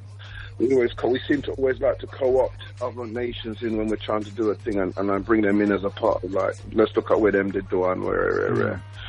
And the Japanese, the Hong Kong people that he wants to come to this country, they're British. He wants a British faction of the mixed race. Chinese them is the one them want to come at England. He doesn't want the Hong Kong people them. He wants a mixed race ones them, the ones who are patronage to Britain, who the Chinese are stopping from having a run of Hong Kong what they've had. As you know this anyway, Craig. You get what I'm saying? So to even suggest them as a part of wanting to join us is absolutely ridiculous. You know what I'm saying? They're as racist as the rest of the That's right. European-minded people them across the planet. British people all over the world are racist. The Australian British are racist. The American British are racist. The Russian British are racist. Every British person on the planet is born racist. You understand? So nobody telling nothing else. You understand what you said earlier on about fork tongue? Every single one of them speak with fork tongue. Every power person. When I talk the next door neighbor and your friend you got a cup of tea with and your brother that you play football with, when I talk him and them, when I talk about the power structure which has held us down, has destroyed our people for over 600, 700, 800 years. You know what I'm saying? And all their kind. That's what we're talking about. That's who we're looking at against. No, we're not friend up with nobody else. So the momentum of Black Lives Matter, as far as I'm concerned, is the Black Lives Matter that's connecting, not the organisation itself. So there's a mix-up in the understanding of what Black Lives Matter means and stands for. At the same time, there's an undercurrent of them taking the money that they're getting from us to feed the American Democratic Party and Joe Biden's little run-up to the rear. You understand? So Kanye West if Kanye West does get some votes, if he does stay what he does, he will draw away, because the Democratic Party are one of the most evil. They're even worse. They're even worse than the Republicans. Because as you know, The Ku Klux Klan started with the Democratic Party. That's right. And for years, every Democratic city in America counts as one of the worst cities in the country of America. Every one of the Democrats, not every one of them, but it's all the worst cities of America are run by Democrats. And guess who's in them? Guess who lives in them? Black people. The black people, exactly. And you want to go vote for them again? This is what this awakening is about. Mm-hmm. Yeah, I'm saying I don't know what they're talking about, people say, but this is an awakening and an understanding. And the media that they don't control, which they're trying to grab a control of now, that's helping us, is the social media. Wow. Yeah, if it wasn't for that, we wouldn't have a media. We wouldn't have seen my boy get dead. No. You understand? No. They would have never seen. We'd have never seen it. They would have never showed that. Never in a million grillion years. Yeah. So you understand what I'm saying? So what we're doing is we're moving with our own spirit. We don't need nobody else's spirit. Yeah, they can hijack it, but we don't need to join on it. No, and what you said about Marcy's son said, he lick off all the Uncle Tom them first. Mm-hmm. We don't have that passion. We don't have that fearlessness just yet. Mm-hmm. The thing that you played earlier about my man, you know what I'm saying, that is at least a glimmer of something that came about with the Black Panthers. Mm-hmm. At least a glimmer in this 21st century time. We've never seen anything like that. And if it has happened, they've never filmed. Just like they've never filmed any of your 6 years worth of marches with no black entity and no national television entity. Nothing. You understand? Not even on their radio. Yes. I remember one year was marching. It was 2 years ago, and I was listening to LBC on my headpiece, yeah. And then I heard someone ring, the roads are blocked and blah blah blah. Do you know? They said, oh yeah, there's a demonstration. That's all they said. They didn't even say what the demonstration was about. You understand what I'm saying? Remember when we did the homosexual thing and we marched outside the Home Office? Yes. Yeah. They locked that off. They news blacked that out. That's right. They news blacked that out. You know what I'm saying? And only I think it was a Nation at the time. Not even I think it was a Nation who put it in their paper. That's the only news of the whole march that was there. Mm-hmm. So they know what they're doing. We're working against principles of power, and these are white power principles. You know what I'm saying? And no matter what people are saying are nicey nice on the ground, the white power is the ones who are in control, not the people them on the ground. Not the people. Look what the man does them. 1 minute he said that the energy is cool, then he just sells it out. Mm-hmm. They don't care what the public think. They're going to do whatever they want to do based upon what they want to do. Look what they've done with, as you were saying, where they block off all the roads and the charge there, the charge what they're making every day up till 10 o'clock. Up to 10 o'clock. What people think. You see what I say? So if you're going to look, you can't be looking to co-opt anything that you're doing with any white people. You know what I'm saying? Or any people like them at all. Even if you're going to stay away, look how you manage the march, even with the divisions in there, you still carried it on. Mm-hmm, mm-hmm. And you said, I'm not giving up. So anybody who feels something I give up, I do it. I'm still going to do what I'm doing. If it's me one, may I do it. If it's me one, may I do it. Mm-hmm. If I'm me one, may I do it. That's the type of the dogged determination that makes people get to the place where they need to get to, not thinking of when we can join on to somebody else, or when we can, link up. You know what I'm saying? We need to know that we will die for whatever we say we're going to die. That's right. Absolutely. That's right. And you know, it comes a point where you have to say, well, boy, I'm going to do this, irrespective of what it may cost me. Mm-hmm. And that is how we can be here today on Galaxy, having this conversation on the World Wide Web. Yeah? Because there were black people who were in worse conditions that we're in now. I don't even think people can even fathom what our ancestors was going to chain and man a hold on, man a chain no man a rip off man in front of the entire plantation, and a rip off man wife come in, you lie down with your wife, come take your wife, and then bring in butcher and a bag of wickedness. And then man get up and said, listen, hey what family? And the woman them, we're going to chop off some head you know. Mm-hmm. But there was but if you do that, you know they're going to come for us, and it's going to be worse for everybody. So what? We're not dead already. Better we're dead for something. You Yeah? Like Shahid has said, they would do all kind of manners of nastiness. Yeah. Do it, you know what I'm saying? And, you know, they can't, you know, they cannot film any of the stuff that they've done to us and put it on TV. You know that? No. It's impossible. Because if they do that, they will set off such a chain event. That's why they're scared of independent producers. That's right. Independent filmmakers.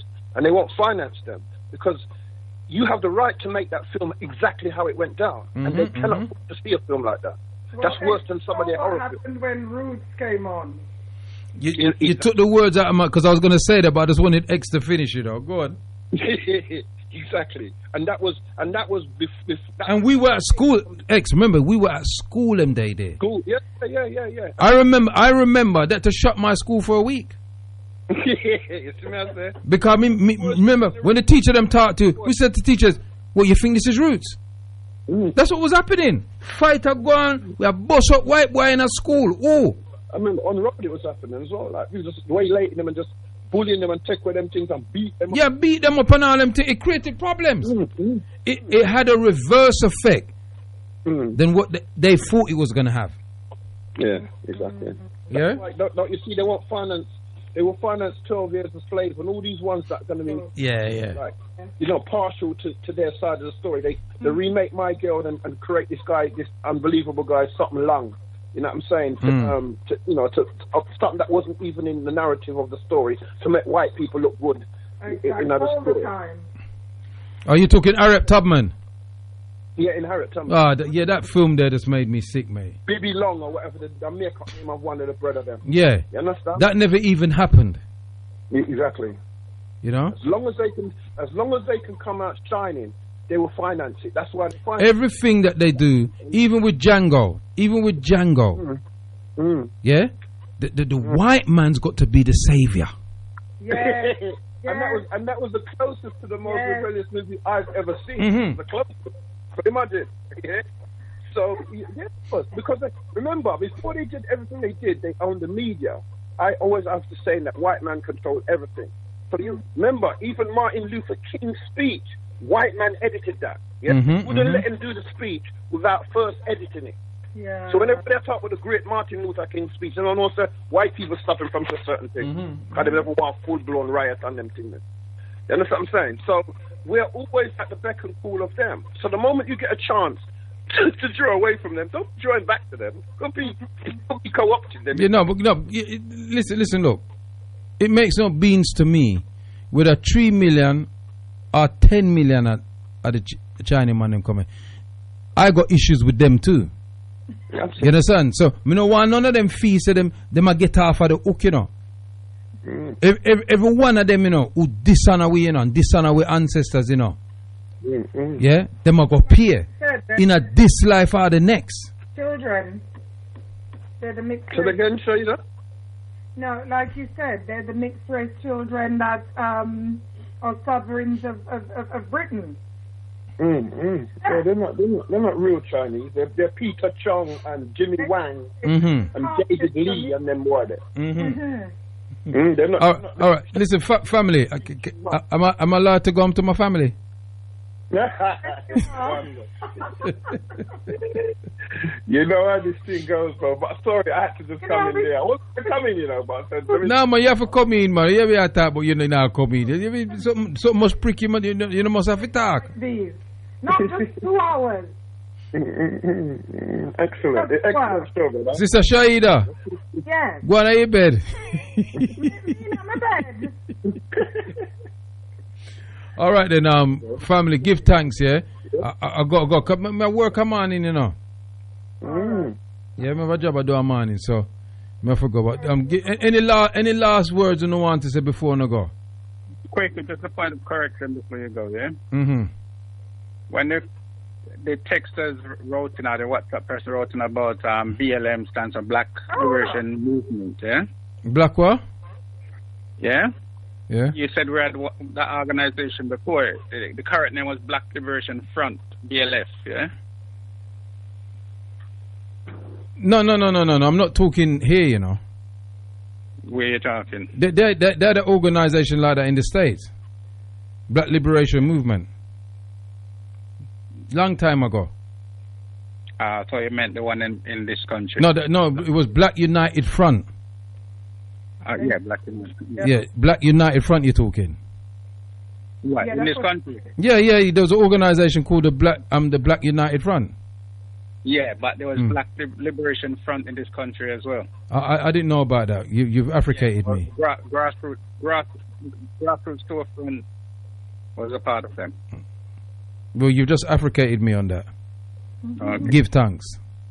No problem. All right, so we can go on my yard now, everybody. Yeah. And make sure you lock the doors behind you. All right.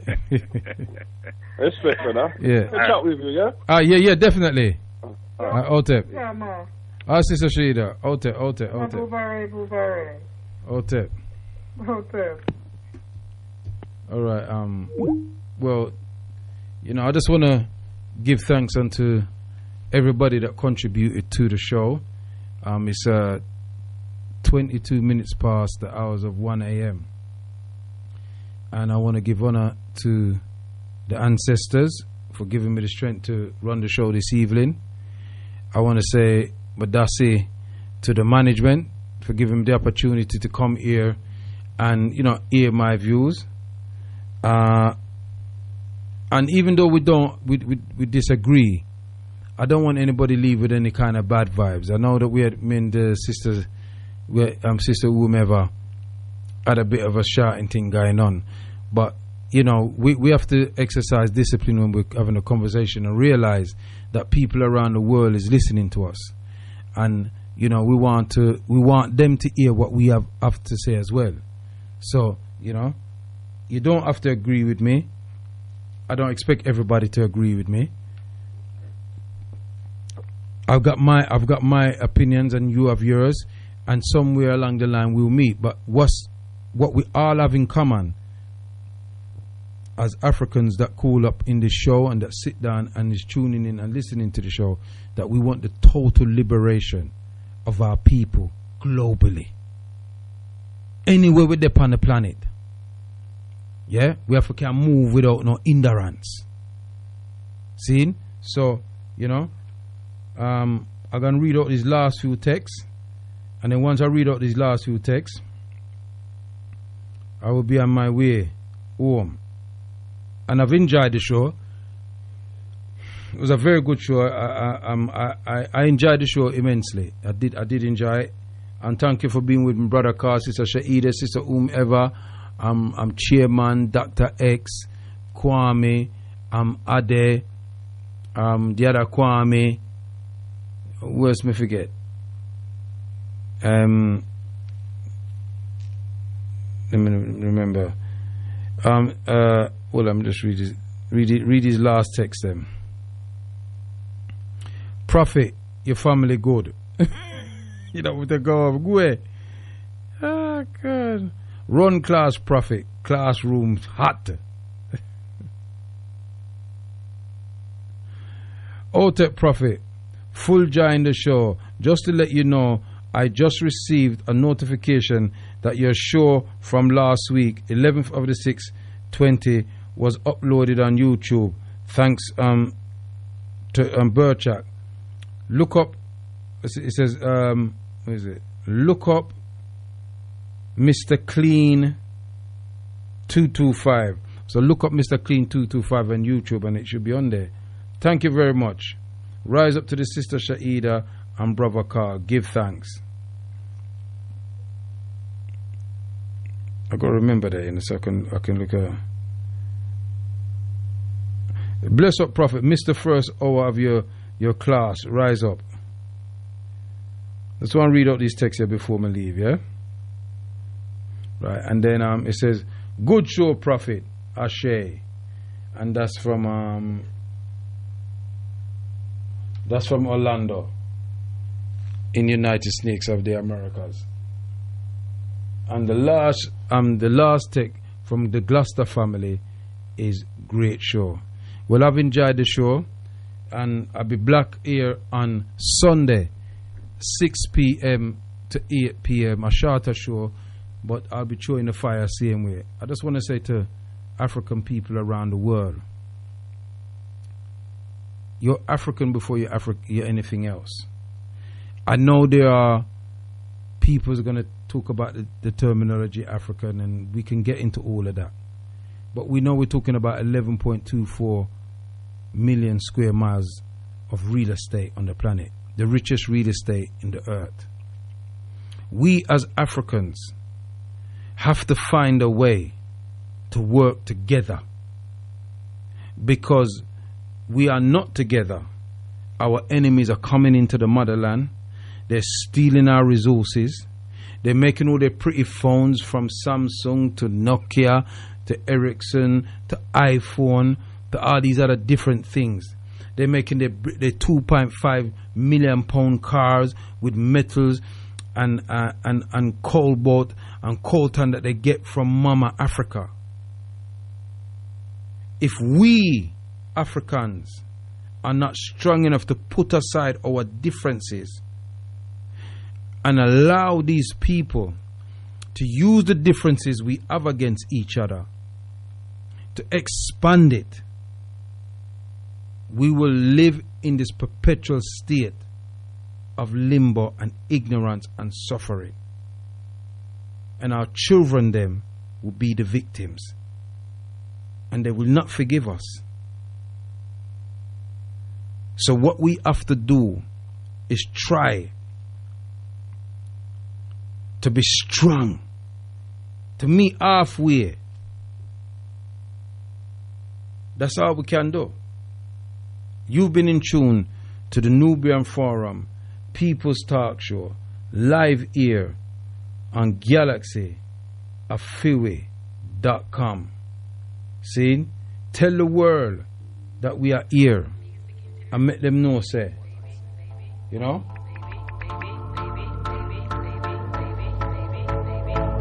We're never gonna give up. We not give up. Big up to NFAC. You're doing good works, my brother. Yeah? I know some of my libations are with you. Yeah? Itepe, Ineke, J.A., Senebe, Divine Peace, Long Life, Stability, Good Health, Hotel.